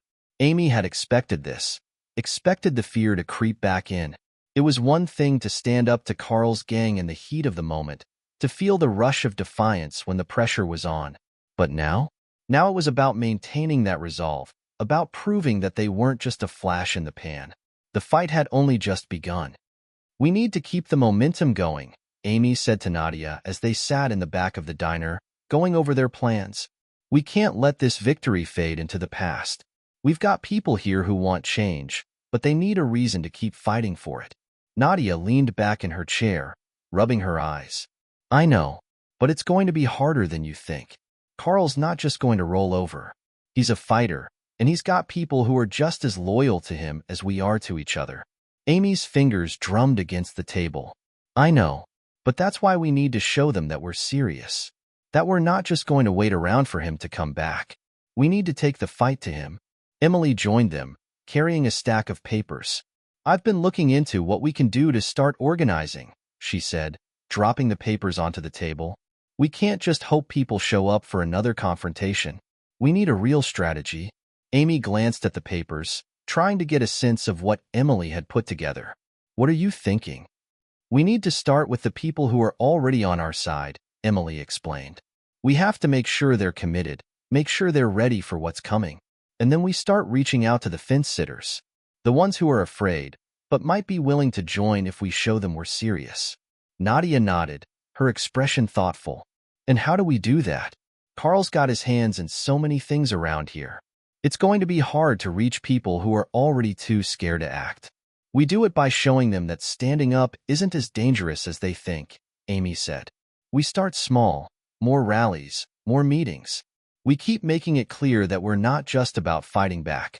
We're about changing things for the better." Emily frowned. "It's going to take time, and Carl isn't going to just sit back while we organize." Amy met her gaze, determination settling into her bones. "Then we get ahead of him. We make sure we're the ones in control of the narrative. We start bringing people into the fold, showing them that standing together is stronger than standing alone." That night, Amy walked through the streets of the town, her mind churning with everything they had discussed. It was late, but she couldn't sleep. Not yet. She couldn't afford to. The quiet was deceptive. Beneath the surface, there were too many forces at work, too many people with their own agendas. She passed by the old gas station, where she and her friends had stood their ground against Carl's gang. The place felt different now, quieter, but the memories of what had happened there were still fresh in her mind. She couldn't help but wonder how Carl was handling it, what his next move would be. "Still thinking about what's next?" Nadia's voice cut through the night, and Amy turned to see her standing on the corner, arms crossed, her posture relaxed but alert. "Can't help it," Amy replied, feeling the weight of the responsibility pressing down on her. "It's not over.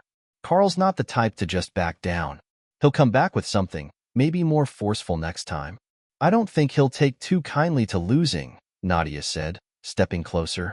"He's not the kind to leave things unfinished." Amy nodded. "Exactly. And that's what we need to be ready for. We can't afford to wait for him to make the next move. We need to start planning ours." They walked together, the cool air of the evening adding to the gravity of their conversation. Nadia had been with her every step of the way, but even now, Amy could feel the tension between them. The recognition that no matter what they did, there would always be a risk. This was bigger than just a few people standing up for their town. This was about challenging an entire system that had been in place for far too long. When they returned to the diner the next morning, the mood had shifted. The early crowd was already there, some of them regulars, others new faces. The message was starting to spread. and Amy could feel the eyes on her as she walked through the door. The whispers were quieter now, but they were still there. People were starting to take notice. She joined Emily and Nadia at their usual table, where they were poring over a list of names. "What's the plan for today?" Amy asked, her voice steady. "We're making calls," Emily said, tapping her phone. "We've got a list of people we want to reach out to, the ones who are on the fence, or who might need a little more convincing." "Good," Amy said, feeling the weight of the decision in her chest. This was where it all started. Reaching out, bringing people into the fold. It wasn't going to be easy, but it was the only way forward. As the day went on, Amy felt the shift in the air. The tension was palpable, but so was the resolve.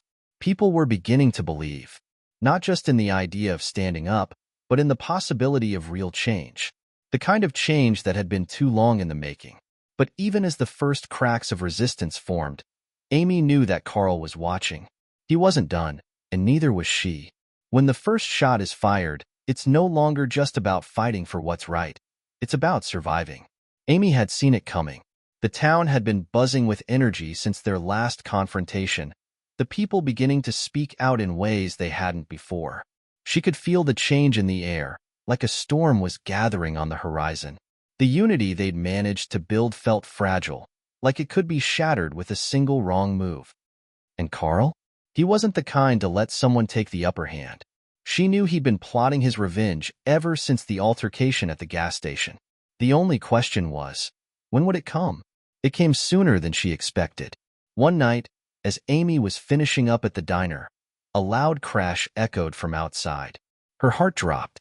She didn't need to look to know what was happening. Carl had made his move. The sound of shattering glass and the faint scream of someone in the street confirmed her fears. What the hell was that? Nadia's voice rang out from behind her as she rushed to Amy's side. They both hurried outside to find the front windows of the diner smashed, a trail of broken glass scattered across the sidewalk. The lights flickered overhead, casting eerie shadows against the dark sky. "Carl," Amy said, her voice tight, "this is just the beginning." They quickly moved to the back, where the damage was less visible, but the danger was far from over. Amy's mind raced through their options. They had no way of knowing who was behind the attack, Carl's gang, or some of the people who were too afraid to stand up and let Carl's influence take root. Whoever it was, though, one thing was certain. Things were escalating. "Should we call the cops?" Nadia asked, already dialing on her phone. "Don't," Amy said, grabbing the phone from her. "If we bring the cops in now, they'll just target us. We can't rely on them to fight our battle." Nadia scowled but didn't argue. They needed to take control of the situation, not wait around for someone else to do it. "It's time we take a stand," Amy continued, her voice firm. "Get the word out. We can't let them intimidate us. We'll show them that we're not afraid." Nadia's gaze was hard as she nodded. "I'll talk to the others." Amy took a deep breath. This was it. This was the moment she'd been waiting for, even though she hadn't wanted it to come this soon. Carl had fired the first shot, and now they had to make sure they didn't back down. The next day, as the town slowly began to wake up, Amy gathered the group at their usual meeting spot. She could feel the tension in the air. It was as though everyone knew something had shifted, but no one wanted to admit it. Emily arrived first, her face grim. "We're seeing more of Carl's people out on the streets. I've had a few people tell me they've been threatened. It's not just about the diner anymore. It's about keeping people in line." Amy nodded, though the anger rising in her chest was hard to suppress. "We need to stand together, make sure we show them that we won't be scared off. We can't give in to intimidation." "I think we should call for another rally," Nadia suggested, her expression set. "Show the whole town that we're not backing down, that we're united." "Not just a rally," Amy said, her mind churning. "We need to organize a real show of force. Not violence, but unity. We need to be everywhere, on every street corner, at every shop. People need to see us standing together, not just talking about it." "What if Carl tries something worse?" Emily asked, her voice tinged with concern. "Then we'll be ready," Amy replied. "But we have to make sure it's not just us. The people who are on the fence need to see how serious this is. If we want them to join us, we need to show them that we're not backing down, no matter what Carl throws at us." For the rest of the day, Amy and her team worked tirelessly to spread the word. Flyers went up in every corner of town, and people began to gather in small groups, whispering among themselves. The momentum was growing, but so was the fear. Amy could feel it in every hesitant glance, every whispered word. By nightfall, the town square was alive with energy. People were gathering in larger groups now, some more hesitant than others. But the message was clear. They weren't afraid anymore. Amy stood at the front, scanning the crowd. She could see the faces of those who were just starting to take a step forward, the ones who had been hiding in the shadows, too scared to act. "This is it," Nadia said from beside her, her voice low. "We've got them here. Now we need to keep them here." Amy nodded, but her mind was racing. She could feel eyes watching them from the shadows. Carl's people, no doubt. It wouldn't be long before they made their move. Suddenly, a voice cut through the crowd. "You think you can just stand here and pretend like nothing's going to happen?" The voice was familiar, rough, the voice of one of Carl's men. Amy's heart skipped a beat as the man stepped forward, flanked by two others. They were close, too close. "Carl's watching you," he spat. "You think you're going to change anything? This is his town. You're just making it worse for yourselves." The crowd grew tense, but Amy didn't flinch. "You tell Carl," she said, her voice loud and steady, "that this town doesn't belong to him anymore. We're done being afraid. And if he wants to fight, we're ready." The man sneered, taking a step back. "You'll regret this," he muttered before turning on his heel and disappearing into the crowd. Amy stood there for a moment, her heart pounding in her chest. That was the moment. The line had been drawn, and there was no turning back now. The rally continued, but Amy couldn't shake the feeling that Carl was watching, that this was just the beginning. In times of conflict, the hardest battles aren't fought with fists, they're fought with hearts and minds. The next few days after the rally felt like they were living in a pressure cooker. Tension hung thick in the air, and every footstep on the street felt like a prelude to something dangerous. Amy could sense it in the way the townspeople moved. Eyes darting around, shoulders hunched, as if waiting for the other shoe to drop.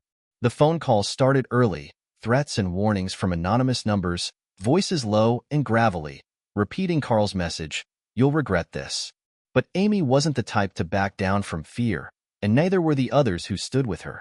She knew they were starting to have an impact. Carl wouldn't have gone to all this trouble if he didn't feel threatened. That afternoon, Amy sat in the diner, the once familiar hum of the place now strained.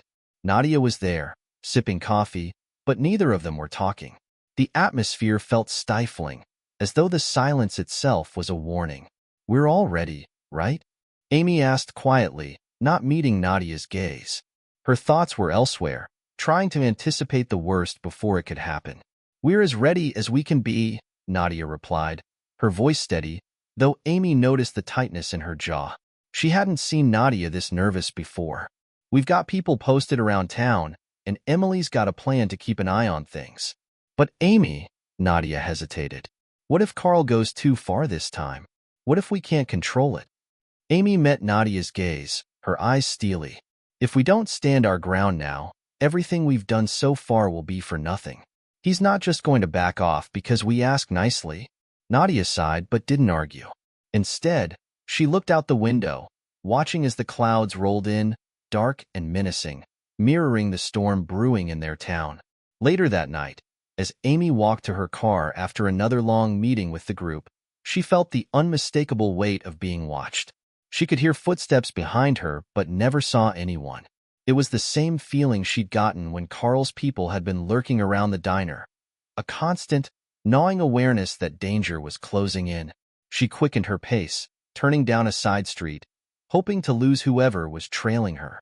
But as she reached the corner, a car screeched to a halt beside her. The door flew open, and two men stepped out, Carl's lackeys, their faces shadowed under the brim of their hats. "Where do you think you're going, Amy?" one of them sneered, stepping closer. Amy kept her cool, even as her heartbeat quickened. She'd been waiting for this moment. "I'm going home," she said, her voice low but firm. "Unless you've got something else to say?" The man took a step closer, sizing her up. "You're making a big mistake, girl. Carl doesn't take too kindly to people who stir up trouble. He pulled something from his coat, a knife, its blade catching the dim streetlight. Amy didn't flinch, though every instinct in her screamed to run. Instead, she stood her ground, staring directly into the man's eyes. She wasn't about to let him intimidate her. "You think a knife's going to scare me? That's the problem with people like you. You're all talk. No real backbone." The other man snorted, clearly annoyed. "You've got a lot of guts for someone who's out of her league." Amy tilted her head slightly, her eyes narrowing. "You're the one who's out of your league. You think Carl can do whatever he wants, but you're wrong. This town isn't his. It's ours." For a moment, the two men exchanged a glance, clearly weighing their options. But just as quickly, they backed off, getting into the car and speeding off into the night. Amy stood there for a moment, heart racing, before finally letting out a breath she didn't realize she'd been holding. Her hands were shaking, but her resolve was stronger than ever. She'd made it clear to them that she wasn't afraid, and maybe that was why they didn't push further. But deep down, Amy knew this was far from over. The next morning, the entire town seemed to be on edge. News had spread of the encounter the night before, and rumors swirled about what Carl might do next. Some people were starting to question whether they'd made the right choice by standing up to him. Whispers of fear echoed through the streets. But there were still those who held strong. Emily came by the diner that afternoon, looking more serious than usual. "We've got word that Carl's planning something big. He's not going to stop with just threats. He's organizing his people for a show of force." Amy clenched her fists. She had been expecting this, but hearing it made her stomach tighten. This was the moment that would define everything. The tension was already unbearable, and Carl wasn't about to back down. But neither was she. "They're not just trying to scare us anymore," Amy said, looking at the group gathered around her. "They're trying to break us, but we can't let them. We need to be ready for whatever comes next, no matter what." The group nodded, each one aware of the stakes. Amy had seen their fear, but she also saw their determination. No one was backing down now. Later that evening, as the sun dipped below the horizon, Amy met with the rest of her team at the town square, where they'd agreed to set up a defensive position. It wasn't just about fighting, it was about sending a message. Carl might think he owned the town, but tonight, they were going to prove him wrong.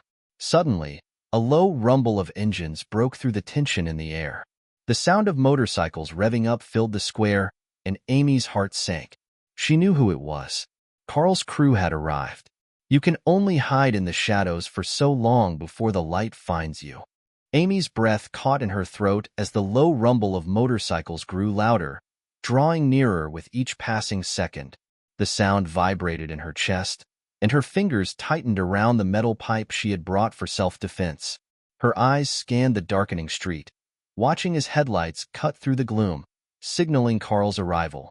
The group had already positioned themselves strategically, but the overwhelming sense of dread was undeniable.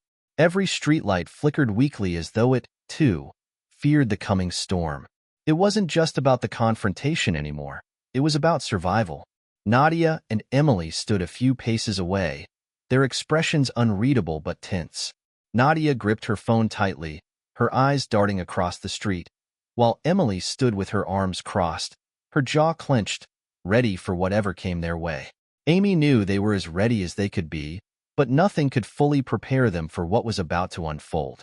As Carl's crew rolled into view, Amy felt her chest tighten. The sight of the bikers, their menacing forms silhouetted against the harsh light of the street, made her stomach twist. They were more than just a gang. They were a symbol of everything that had terrorized the town for far too long. Carl was the first to dismount, his tall frame casting an intimidating shadow as he surveyed the group with a cruel smile.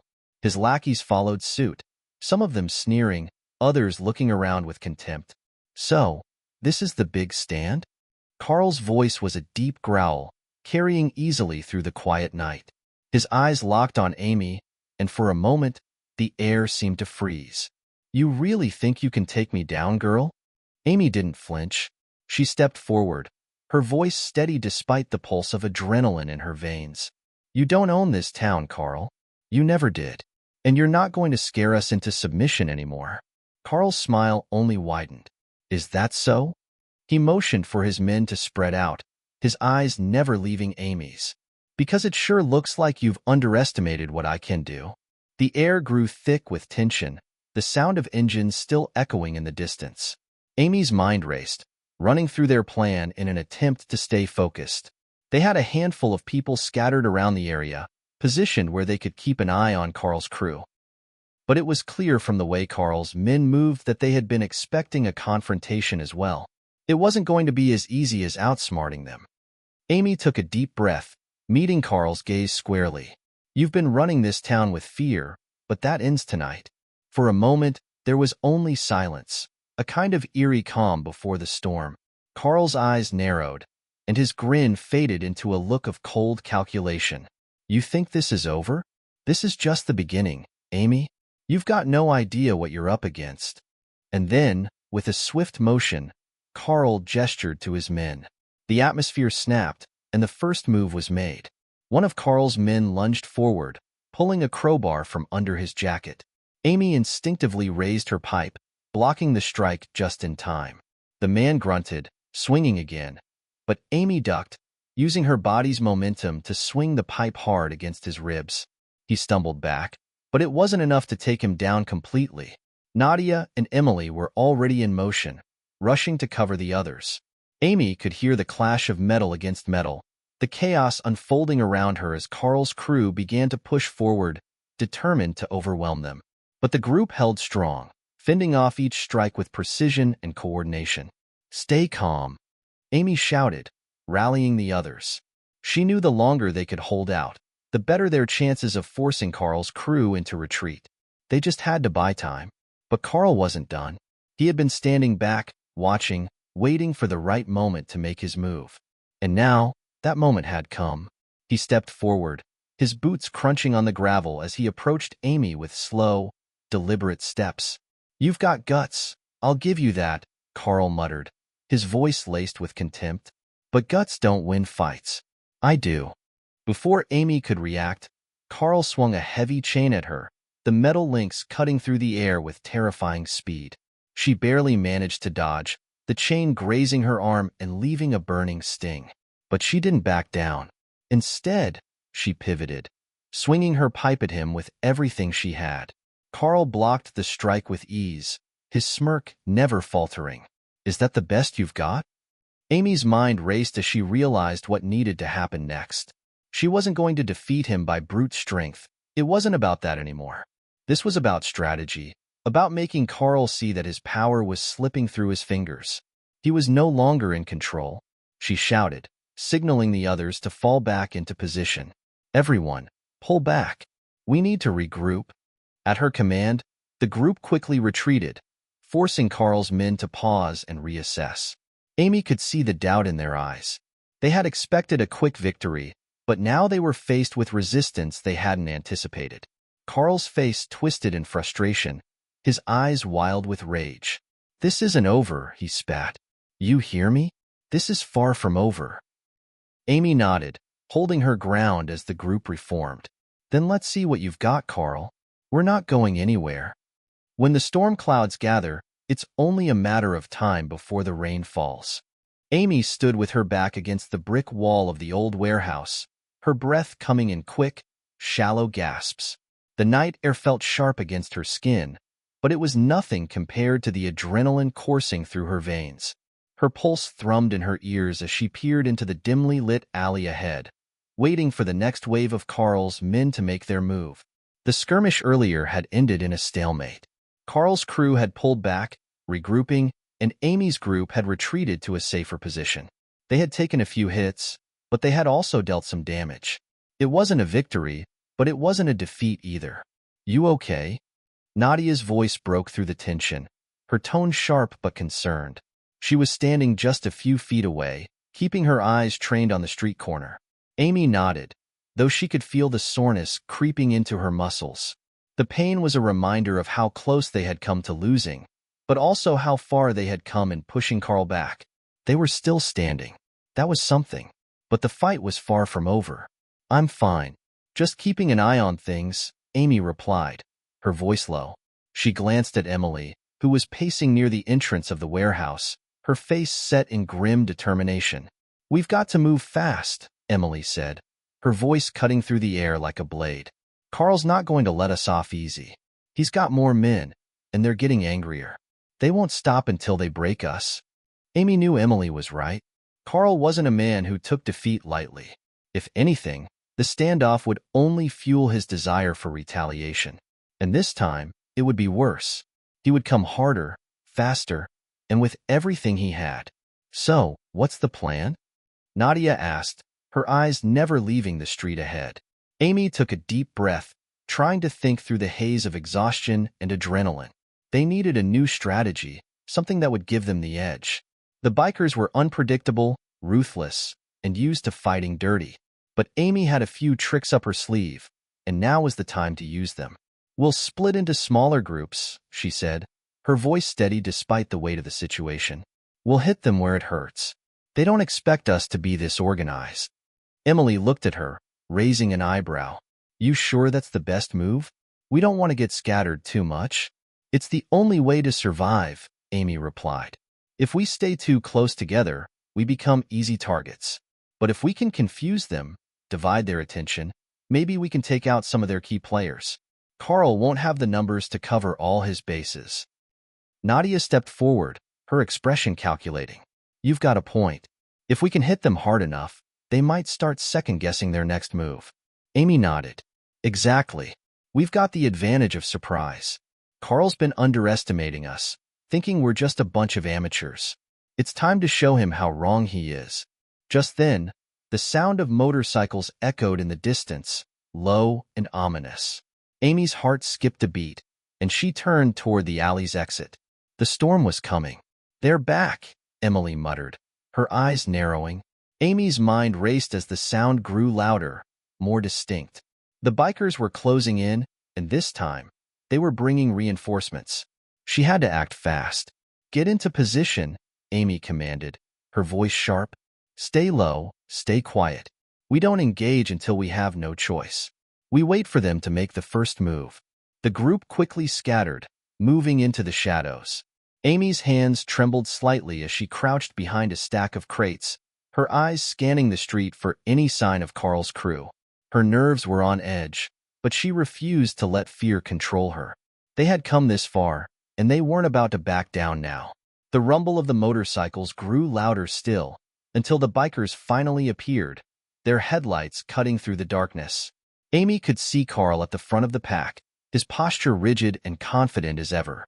But this time, there was something different in his demeanor. He wasn't just angry. He was frustrated, desperate even. "Spread out," Carl ordered, his voice low but unmistakable. "Find them. They can't have gone far." The bikers dismounted, each of them moving with purpose. Amy's heart pounded as she watched them, praying that they wouldn't spot her group. They had to wait for the perfect moment to strike. One wrong move, and everything would fall apart. "I can't believe they've held out this long," one of Carl's men muttered as he searched the area. "They're not as stupid as we thought," another responded. "We should have taken them out when we had the chance." Carl growled in frustration, clearly losing patience. "I've had enough of this. We hit them now. Full force." Amy's grip tightened on the pipe in her hands, her breath steadying. This was it. They had to make their move now, or they would be overrun. She raised her hands slightly, signaling to her group. It was time. The first strike came from Nadia, who emerged from the shadows, sprinting toward one of Carl's men. She tackled him to the ground, knocking the wind out of him with a swift knee to the ribs. The sound of the struggle sent a wave of chaos rippling through Carl's crew. "Go!" Amy shouted, rushing forward herself. The others followed suit, launching themselves into the fray. Carl's crew was caught off guard, some of them stumbling backward as the attack came from all directions. Amy swung her pipe at one of the bikers, connecting with his jaw and sending him sprawling to the ground. But Carl wasn't backing down. "Get them!" he roared, his eyes wild with fury. "This ends now." The battle had truly begun. The storm had arrived. In the chaos of battle, every decision counts. A single misstep could be the difference between life and death. Amy's breath came in short, sharp bursts as she ducked behind a rusted metal barrel, narrowly avoiding a swing from one of Carl's men. The blow grazed her shoulder, and she winced, but she didn't have time to feel the pain. Not yet. The fight was far from over. She glanced around, her eyes searching for her team. Nadia was locked in a vicious struggle with two of Carl's crew, her fists flying in rapid succession as she tried to keep them at bay. Emily was nearby, working her way through the group with calculated precision, taking out one opponent after another with swift, expert moves. But Amy knew that they couldn't keep this up forever. They needed to end this, and fast. The sound of revving engines echoed through the air as more bikers rolled into the fray, adding to the chaos. Amy's heart pounded in her chest as she realized Carl had called for backup. They were outnumbered, and every second that passed brought them closer to being overwhelmed. "You've got to be kidding me," Nadia grunted, throwing a punch that sent one of the bikers stumbling backward. "How many more of these guys are there?" "Enough to make this interesting," Amy muttered through gritted teeth. "But we can't back down now. We fight until the end." She glanced over her shoulder just in time to see Carl charging toward her. A vicious grin spread across his face. He had a large knife in his hand, the blade glinting in the moonlight. Amy's instincts kicked in, and she rolled to the side just as Carl swung the knife down toward her. The blade sliced through the air, missing her by mere inches. Carl snarled, stepping forward for another attack. But Amy was faster. She grabbed a broken piece of wood from the ground and jabbed it into his side, causing him to stumble back. He glared at her, fury flashing in his eyes. "You think you can take me down?" he spat, wiping blood from his lip. "You're nothing but a nuisance." Amy didn't flinch. "And you're just a bully who doesn't know when to quit." Before Carl could respond, a loud crash echoed through the alleyway, followed by the sound of shouting. Amy's attention snapped to the source of the noise. It was another one of Carl's men, coming from behind her. She didn't hesitate. She dropped low, spinning around, and landed a powerful kick to the biker's chest, sending him sprawling to the ground. "Keep them off me," Nadia shouted, her voice strained as she fought off another two bikers. "I need a break." Amy turned back to Carl, who was now circling her like a predator ready to strike. His eyes never left hers, his grip tightening on the knife. He was dangerous, calculating, but Amy wasn't afraid. She had trained for moments like this. She had fought battles before, and she wasn't going to let Carl be the one to take her down. She lunged forward, grabbing his wrist and twisting it. The knife clattered to the ground, and Carl let out a roar of frustration. He tried to throw a punch, but Amy ducked under it and brought her elbow up into his ribs. He gasped, stumbling backward, but he quickly regained his balance and drew another knife from his belt. "You're getting cocky, girl," Carl growled, wiping the sweat from his brow. "You don't know who you're messing with." "I know exactly who I'm messing with," Amy said, her voice low but full of conviction. "And I'm not backing down." The moment stretched, tension thick in the air. Amy's muscles ached, her mind racing as she prepared for the next move. She had to be smarter than Carl. She had to be faster. Her eyes flicked to the side, where Nadia was still struggling, and then to Emily, who was finally starting to gain the upper hand against her opponents. Amy took a deep breath, then made her move.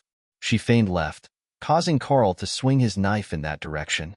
At the last second, she darted to the right, grabbing a discarded metal pipe from the ground. With a powerful swing, she cracked the pipe across Carl's jaw. He staggered back, his eyes wild with disbelief. For a moment, he was dazed, and that was all Amy needed. She followed up with another blow, this time catching him in the ribs. The sound of his breath escaping in a pained wheeze was satisfying, but she didn't stop. She couldn't. Not yet. Carl's knees buckled, and he collapsed to the ground, groaning in pain. Amy stood over him, breathing heavily, her eyes burning with determination. But as she raised the pipe to strike again, a loud shout came from behind her. "Watch out!" Amy whipped around just in time to see one of Carl's men charging at her with a heavy crowbar. She barely had time to react as the crowbar came down on her arm, sending a sharp jolt of pain through her body. The force of the blow knocked the pipe from her hands, and she stumbled backward, disoriented. Before the biker could strike again, a blur of motion caught Amy's eye. Emily was there, moving like lightning. She tackled the biker to the ground, knocking the crowbar from his hands and pinning him down with a brutal force. "Not today, asshole," Emily growled, her fists flying in a blur of rapid punches. Amy shook her head, clearing the fog from her vision. She looked around. Nadia was still holding her own, but the bikers were regrouping, preparing for another push. The odds were getting worse, and they needed something to shift the momentum in their favor. Suddenly, a plan formed in Amy's mind, a dangerous but necessary gamble. She looked at Emily, who had just finished dispatching her opponent. "Grab everything we can," Amy said, her voice steady despite the chaos. "It's time for us to make a final stand." Emily gave her a sharp nod, understanding the implication immediately. They needed a diversion, something big enough to break Carl's hold on them. They needed to turn the tables, once and for all. But first, they had to survive long enough to make it happen. When the storm rages, there's no turning back. Every move could be your last, but the choice to fight is still yours. Amy's heart hammered in her chest as she watched Carl's men regroup. Their confidence was growing, their numbers swelling as more bikers arrived, their engines roaring in the distance. She and her team were running out of time. If they didn't act fast, Carl's reinforcements would be too much to handle. She glanced at Nadia, who was breathing heavily but still standing strong. Emily was already moving, pulling various tools and objects from around the alleyway. Anything she could use to create a weapon or set up a trap. "This is it," Amy said, her voice steady but edged with urgency. "We don't have much time. We take them down, or we don't walk out of here." Nadia nodded, wiping blood from a cut on her forehead. "I'm not going down without a fight." Amy turned to Emily, who had already assembled a makeshift explosive device using spare parts and fuel from the gas station's tanks. It was risky, very risky, but it was their only shot at turning the tide of battle in their favor. "You sure about this?" Amy asked. Emily gave a grim smile. "I've made worse things go boom before. Just make sure we've got an escape route once this goes off." Amy didn't need to ask. She knew Emily had thought this through. If they set off the explosion, it would cause a distraction, hopefully big enough to take out a good chunk of Carl's crew and throw them into chaos. But if things went wrong, it could end in disaster for all of them. "We'll go with Plan B if it goes sideways," Amy said, her voice firm. "Get into position. Nadia, stay close to Emily. I need you two ready to move fast." Nadia and Emily nodded. Amy moved to the far side of the alley, positioning herself behind a row of crates where she could keep an eye on the bikers and be ready to strike at a moment's notice. She tightened her grip on a metal rod she'd found earlier, her fingers itching for the fight. The plan was set.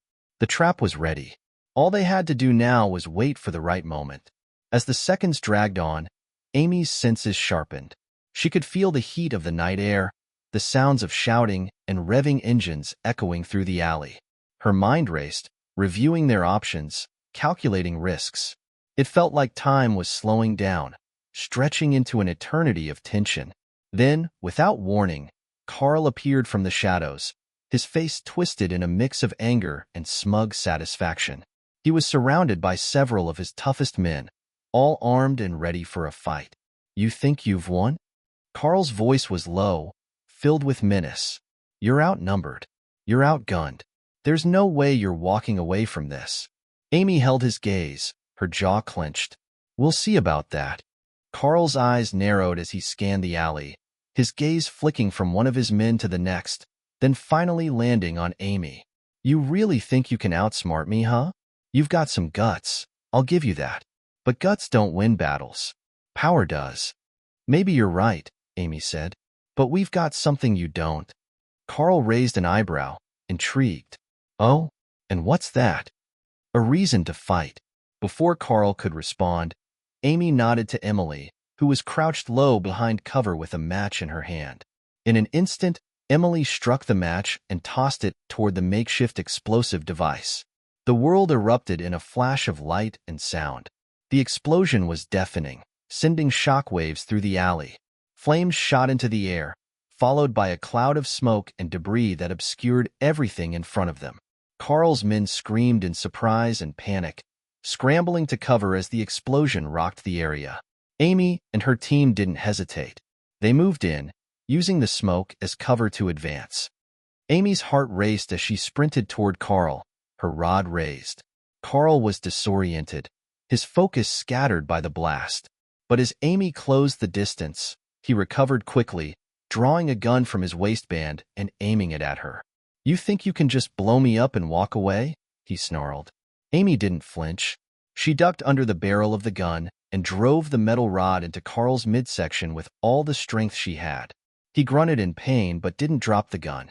Instead, he shoved her back with a brutal force, sending her crashing into a stack of crates. The air in the alley was thick with smoke, the sounds of fighting rising above the chaos. Nadia and Emily were both engaged in fierce battles of their own, fending off Carl's men with everything they had. But Amy couldn't afford to get distracted. She pushed herself to her feet, ignoring the pain in her back, and charged at Carl again. This time, she was ready.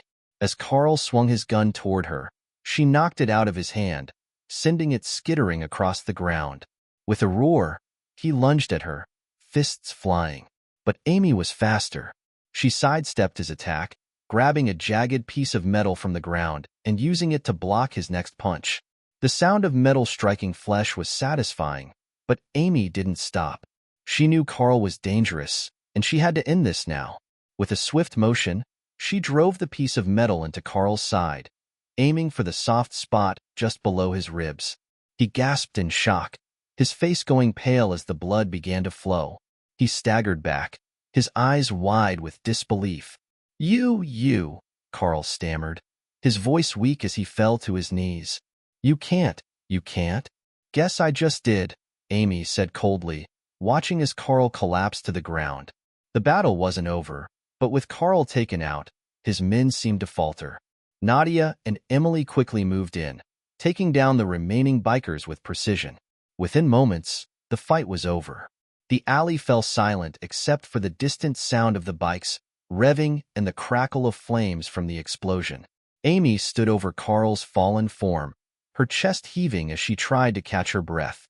"We did it," Emily said, her voice tinged with exhaustion but laced with relief. Amy nodded, wiping blood from her face. "Yeah, we did." But as she looked around, she knew this wasn't the end. There would be more battles ahead, more fights to survive. But for tonight, they had one. In the silence that follows the storm, the world seems to hold its breath, waiting. It's not over, just a pause before the next move. The first few moments after the battle felt almost unreal. Amy stood in the smoke-filled alley, her body aching from the fight, her mind still buzzing with adrenaline. The remnants of Carl's crew lay scattered across the ground, some unconscious, some in no shape to get up. The explosion had taken out more of them than Amy had hoped, and the chaos that followed had given her team the edge they needed. But even in the silence, Amy knew it wasn't over. Not completely. Carl was down, but his empire was far from finished. The city was still crawling with his men, and someone would step up to take his place. She exhaled, forcing herself to focus. They had won tonight, but the war was far from over. Nadia approached, wiping blood from her face and glancing over the wreckage. "Is it really over?" she asked quietly, as though afraid that if she spoke too loudly, the truth might slip through her fingers. Amy shook her head. "No, but it's a start." Emily appeared from the shadows, her eyes darting around as she checked the surroundings for any lingering threats. "We need to get out of here before anyone else shows up," she said, her voice tense. "I don't trust Carl's guys to stay down for long." Nadia nodded in agreement. "We've done enough damage tonight. If we're smart, we can disappear before anyone realizes we were here." Amy didn't argue. The last thing they needed was to stick around and get caught up in the fallout. "Let's go," she said. "We'll regroup and figure out our next move." The three of them moved quickly, disappearing into the shadows of the alley. As they made their way to their temporary safe house, Amy couldn't help but feel a gnawing sense of unease. The battle had been a victory, but it was only one small piece of the puzzle. Carl's network was vast, and as long as it remained intact, they were far from safe. The city was full of dangerous people, and Carl's loss would create a power vacuum. The question was, who would rise to fill it? The safe house was a small, inconspicuous building tucked away in a quiet part of the city. It wasn't much, but it was secure for now. As they entered, Amy moved toward the window, glancing out at the streets below.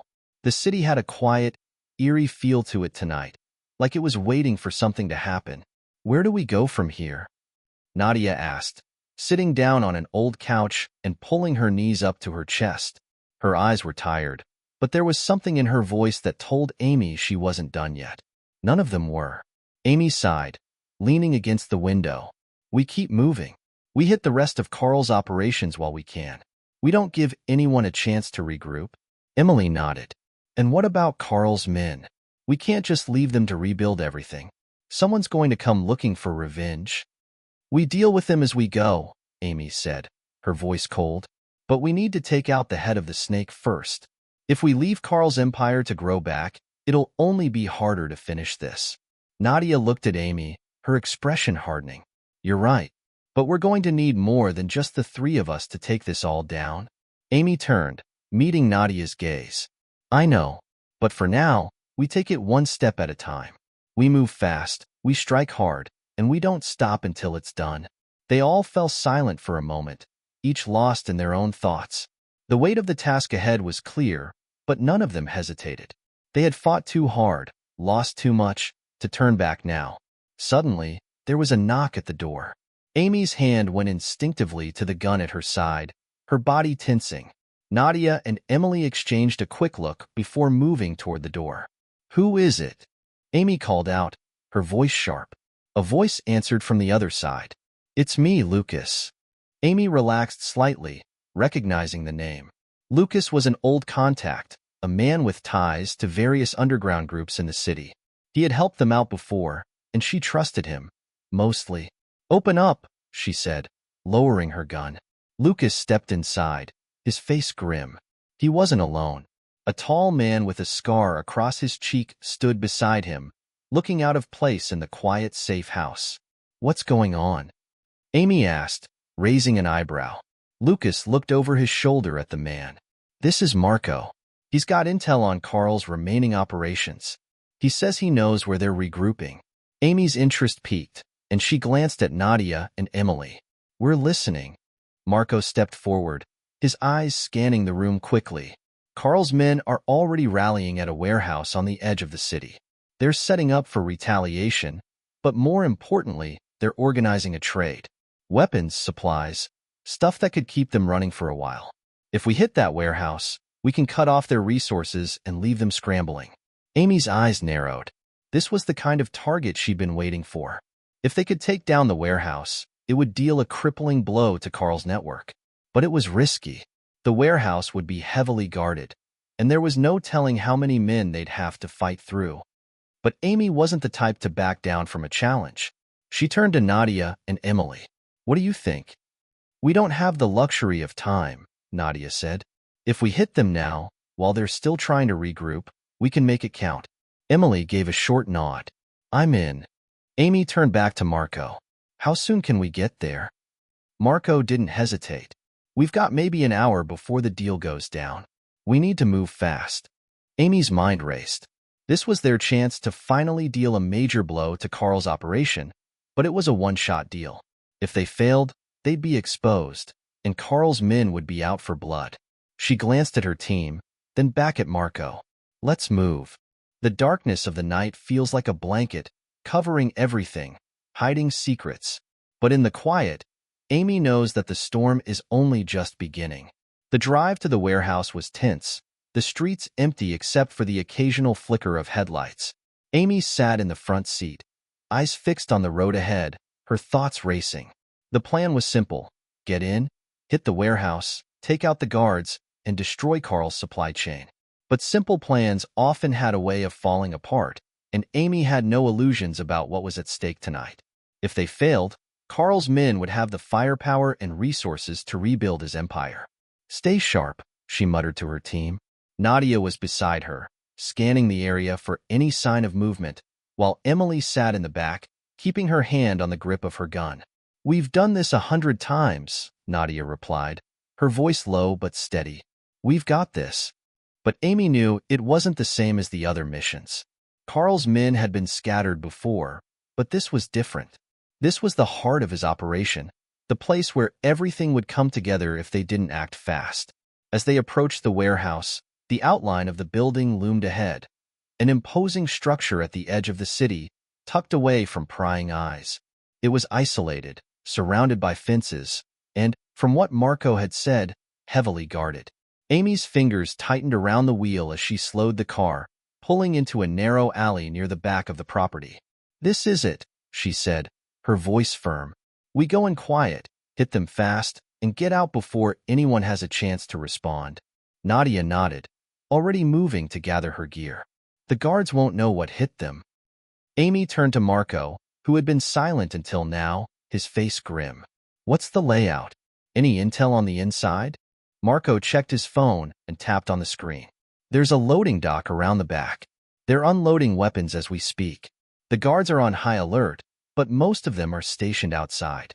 The warehouse is mostly storage, but they've got a room with heavy security, guns, ammo, and a few other supplies." "Any sign of Carl?" Amy asked, keeping her voice low. If Carl was there, this mission would get 10 times more complicated. Marco shook his head.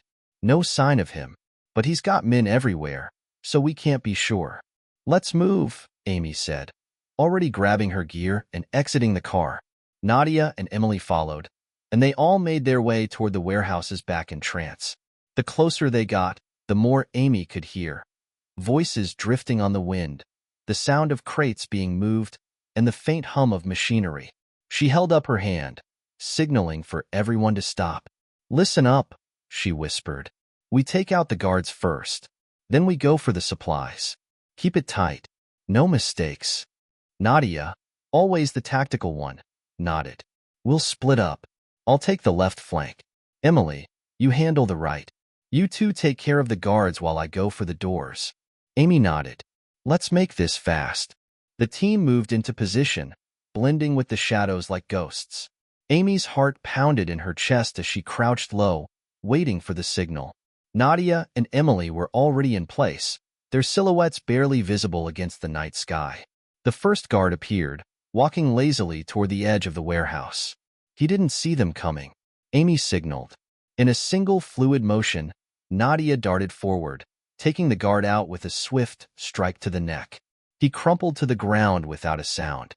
"Clear," Nadia whispered, her eyes sharp as she scanned for any more movement.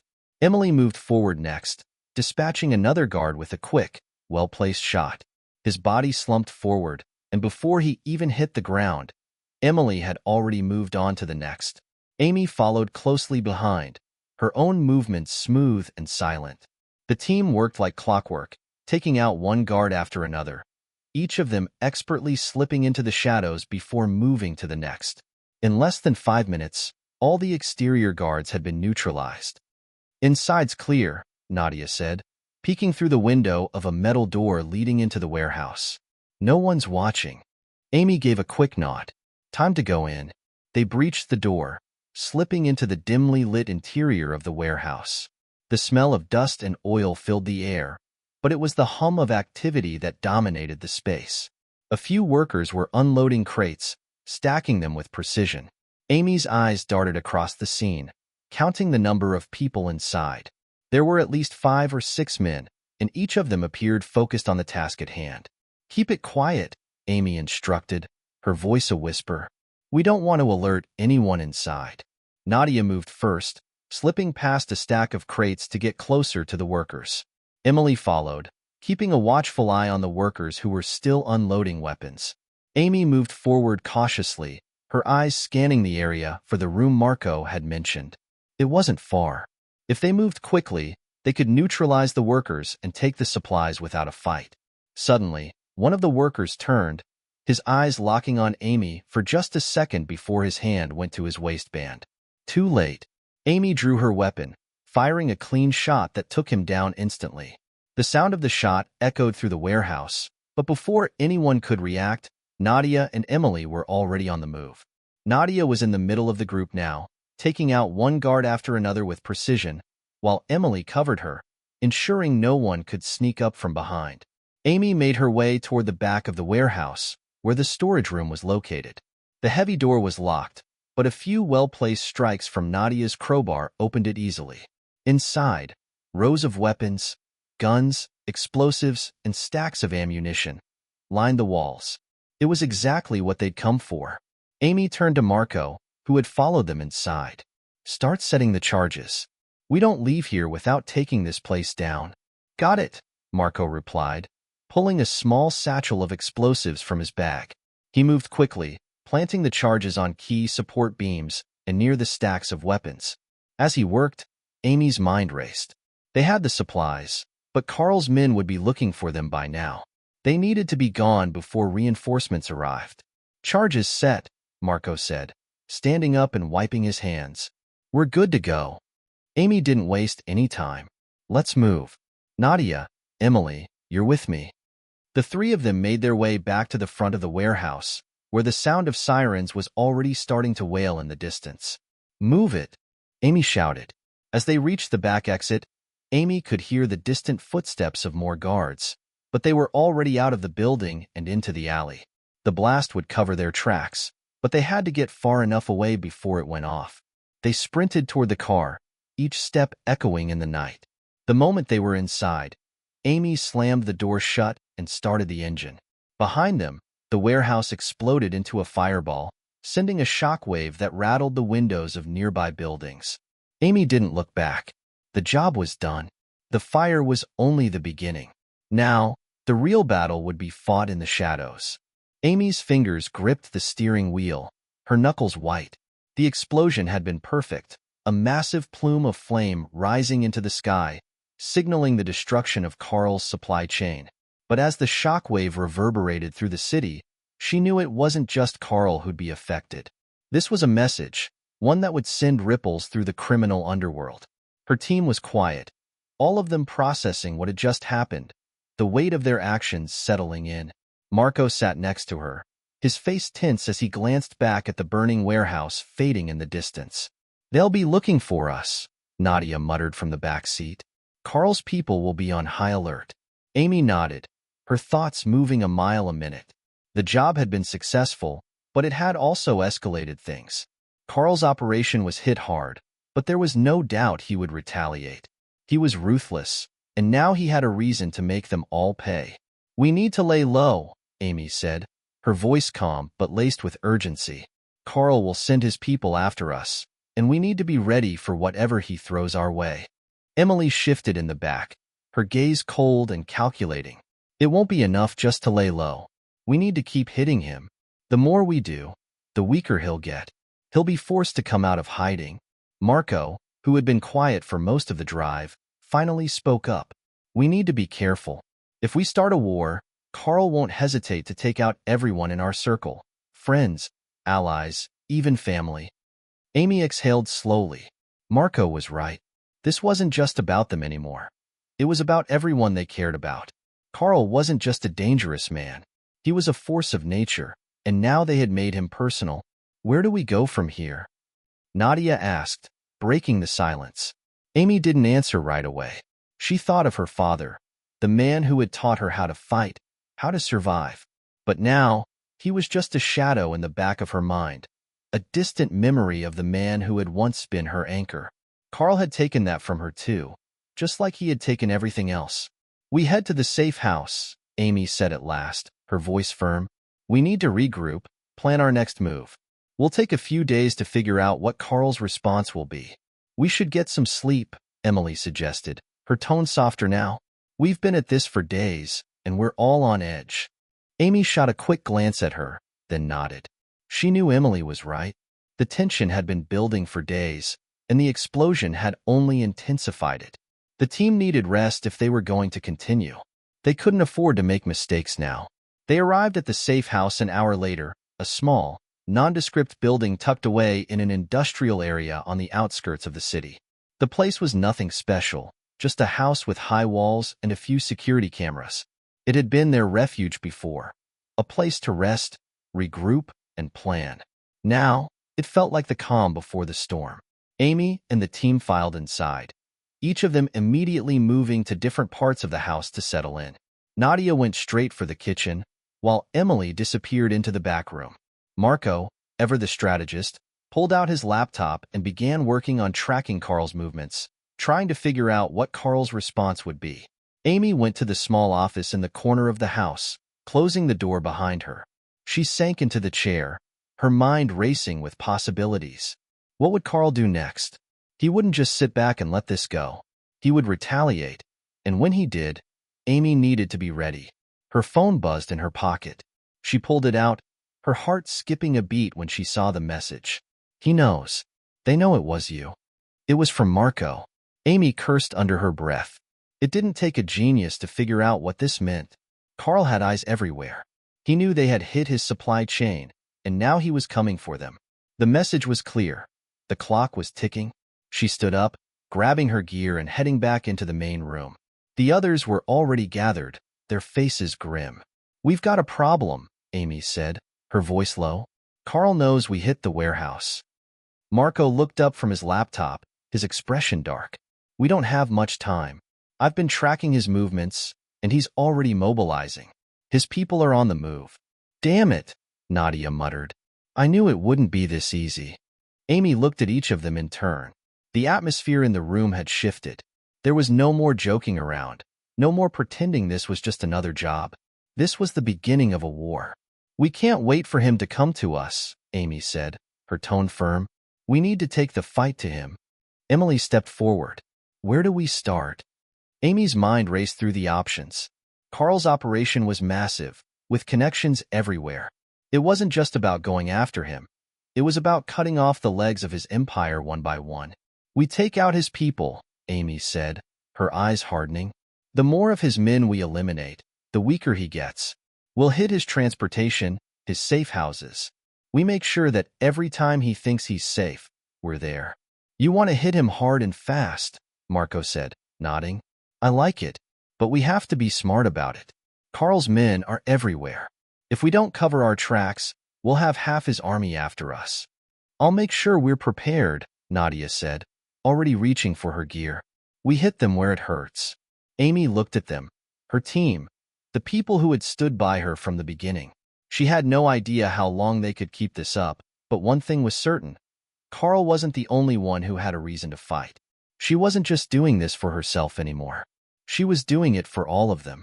The darkness of their world was closing in, but Amy wasn't afraid. She was ready to take on whatever came next. Amy leaned against the wall of the safe house, her mind consumed by the decision she had to make. The night was thick with tension, and the threat of Carl's retaliation weighed heavily on her shoulders. But she couldn't let fear paralyze her. She had to act, and fast. The team had spent the past few hours preparing, gathering intel, and sharpening their focus. They knew Carl would come after them hard, but they also knew they couldn't wait for him to strike first. If they were going to survive this war, they needed to be proactive. "All right," Amy said, breaking the silence in the room. The team gathered around, their faces grim, but determined. "We're hitting him where it counts. We won't wait for Carl to come for us.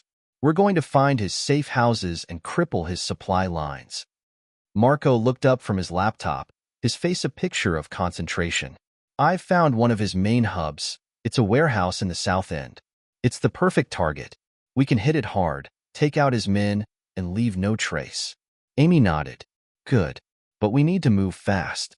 We can't give Carl any chance to regroup. Nadia, you and Emily are on surveillance. Marco, you're with me. We'll lead the strike." Nadia's eyes flickered with anticipation. "Let's make sure they never see us coming."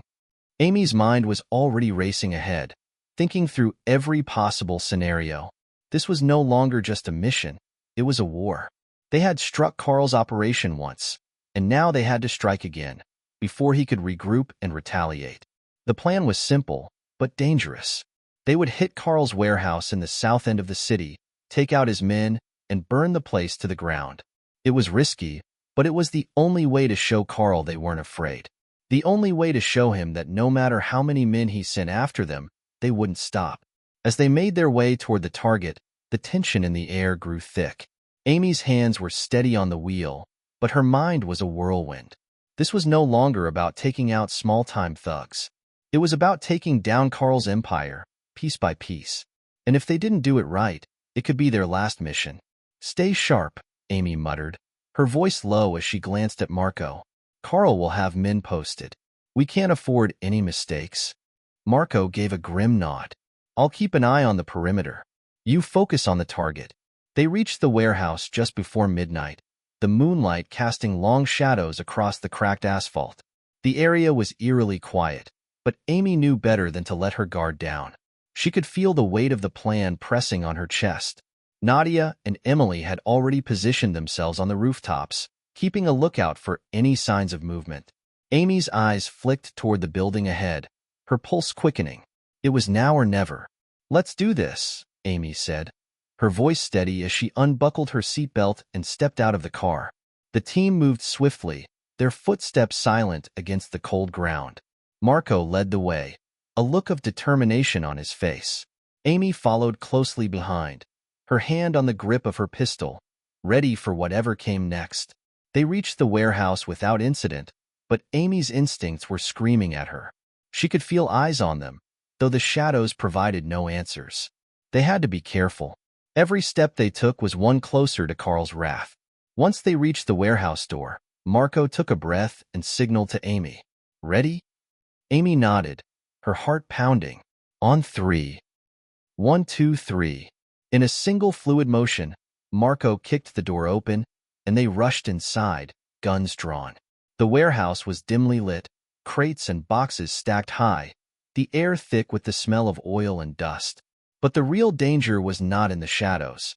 It was in the men waiting in ambush. Gunfire rang out the moment they entered. Amy dove behind a stack of crates, narrowly avoiding a spray of bullets. Marco returned fire, his aim precise as he took out 2 of Carl's men in a matter of seconds. "Move!" Amy yelled, signaling for the team to advance.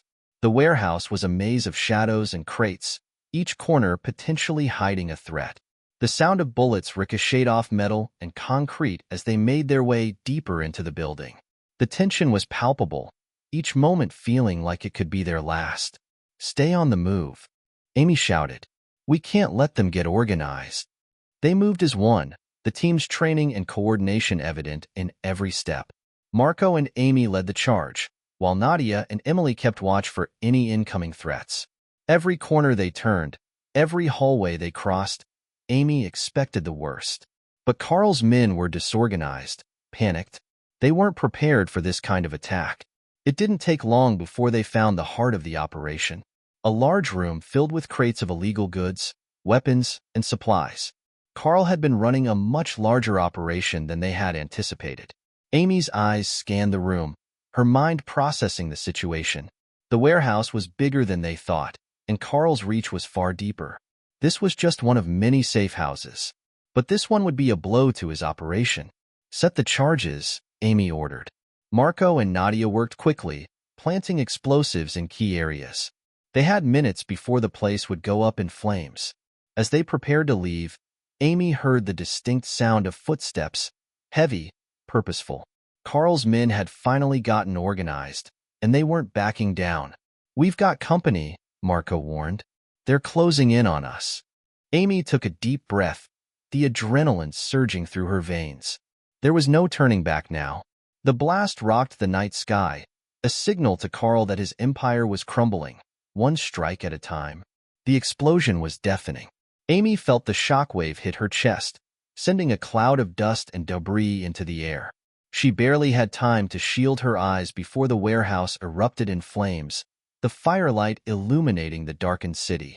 It was a beautiful sight in its own terrifying way, the start of something bigger than all of them. "Let's move," Amy shouted, her voice cutting through the chaos. The team sprang into action, rushing toward the exit. The sound of gunfire echoed in the distance as Carl's men attempted to regroup, but the damage was done. The warehouse was gone, and with it, part of Carl's power. Marco was the first to reach the alleyway, his pace quick and steady. He glanced over his shoulder. "We're not out of the woods yet," he warned, his tone grave.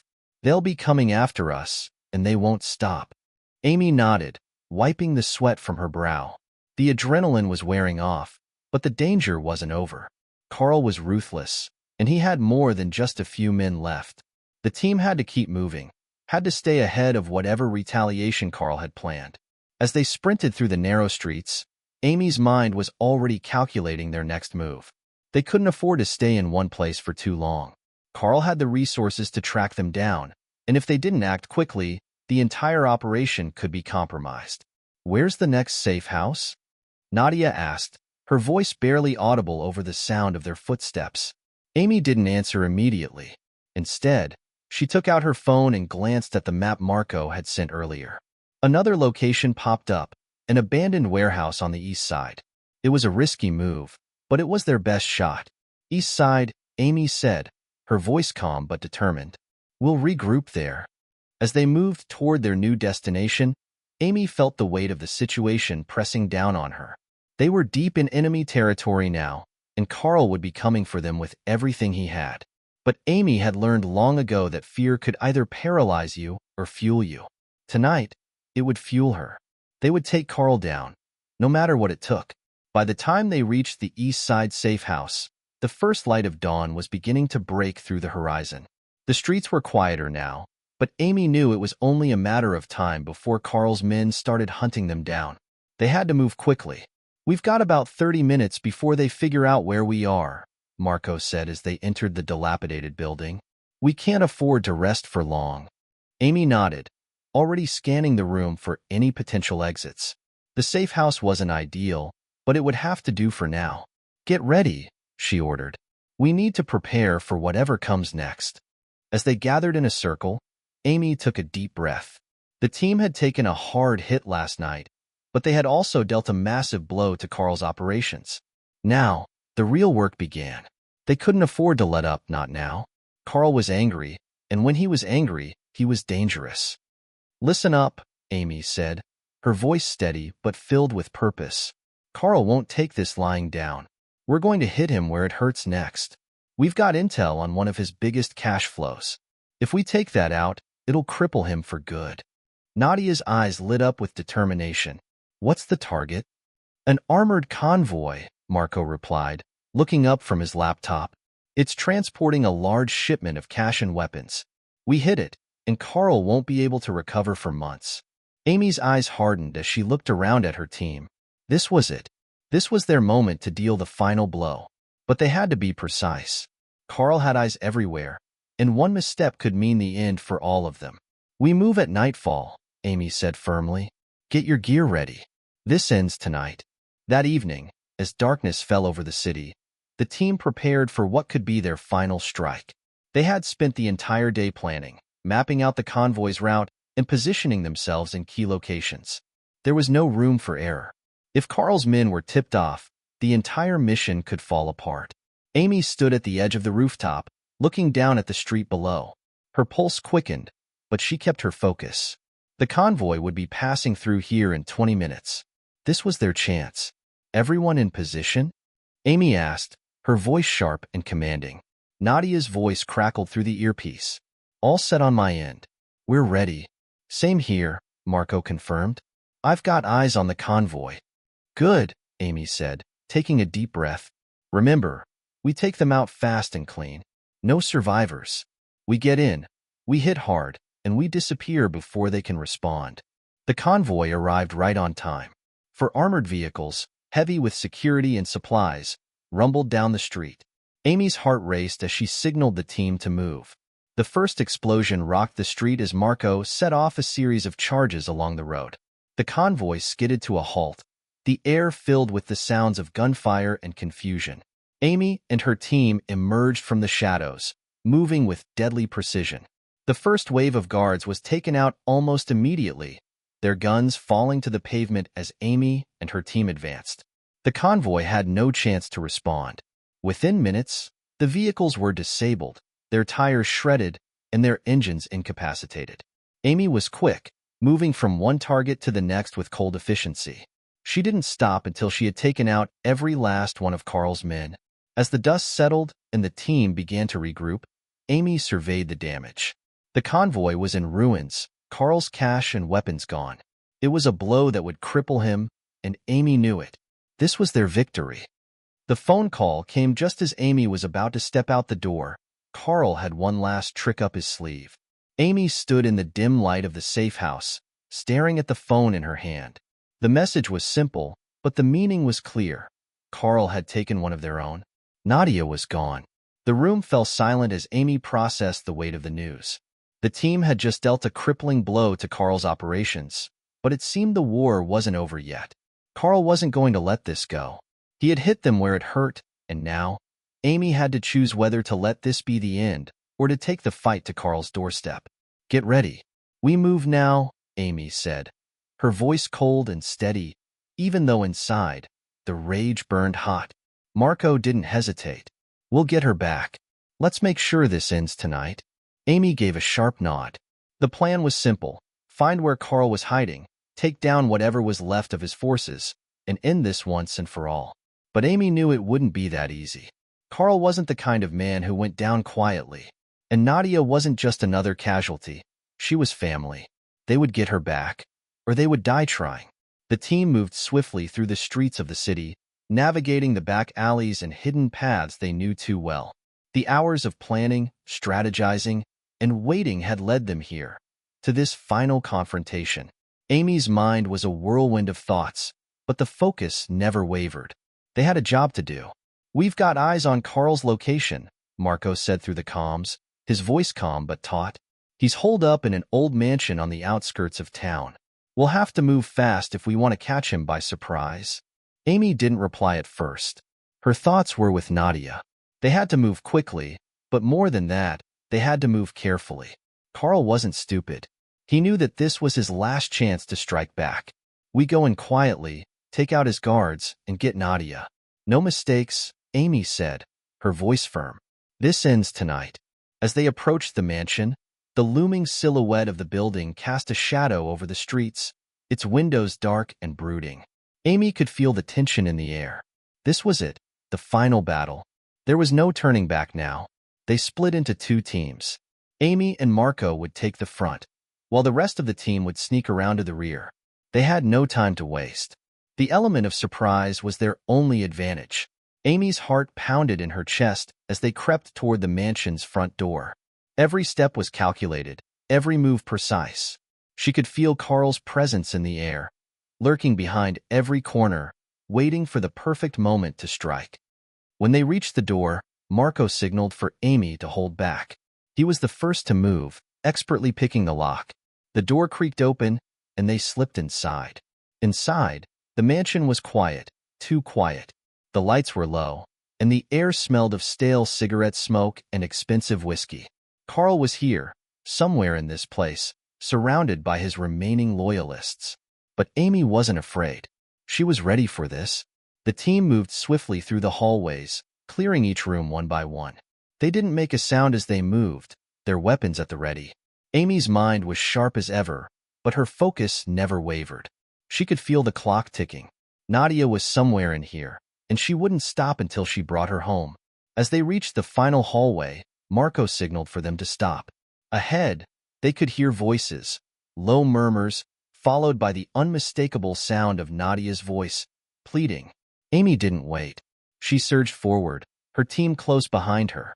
As they rounded the corner, they saw him, Carl, sitting at the head of a long, opulent table, his gun trained on Nadia, who was kneeling before him. "Let her go, Carl," Amy called out, her voice steady and full of authority. "This ends now."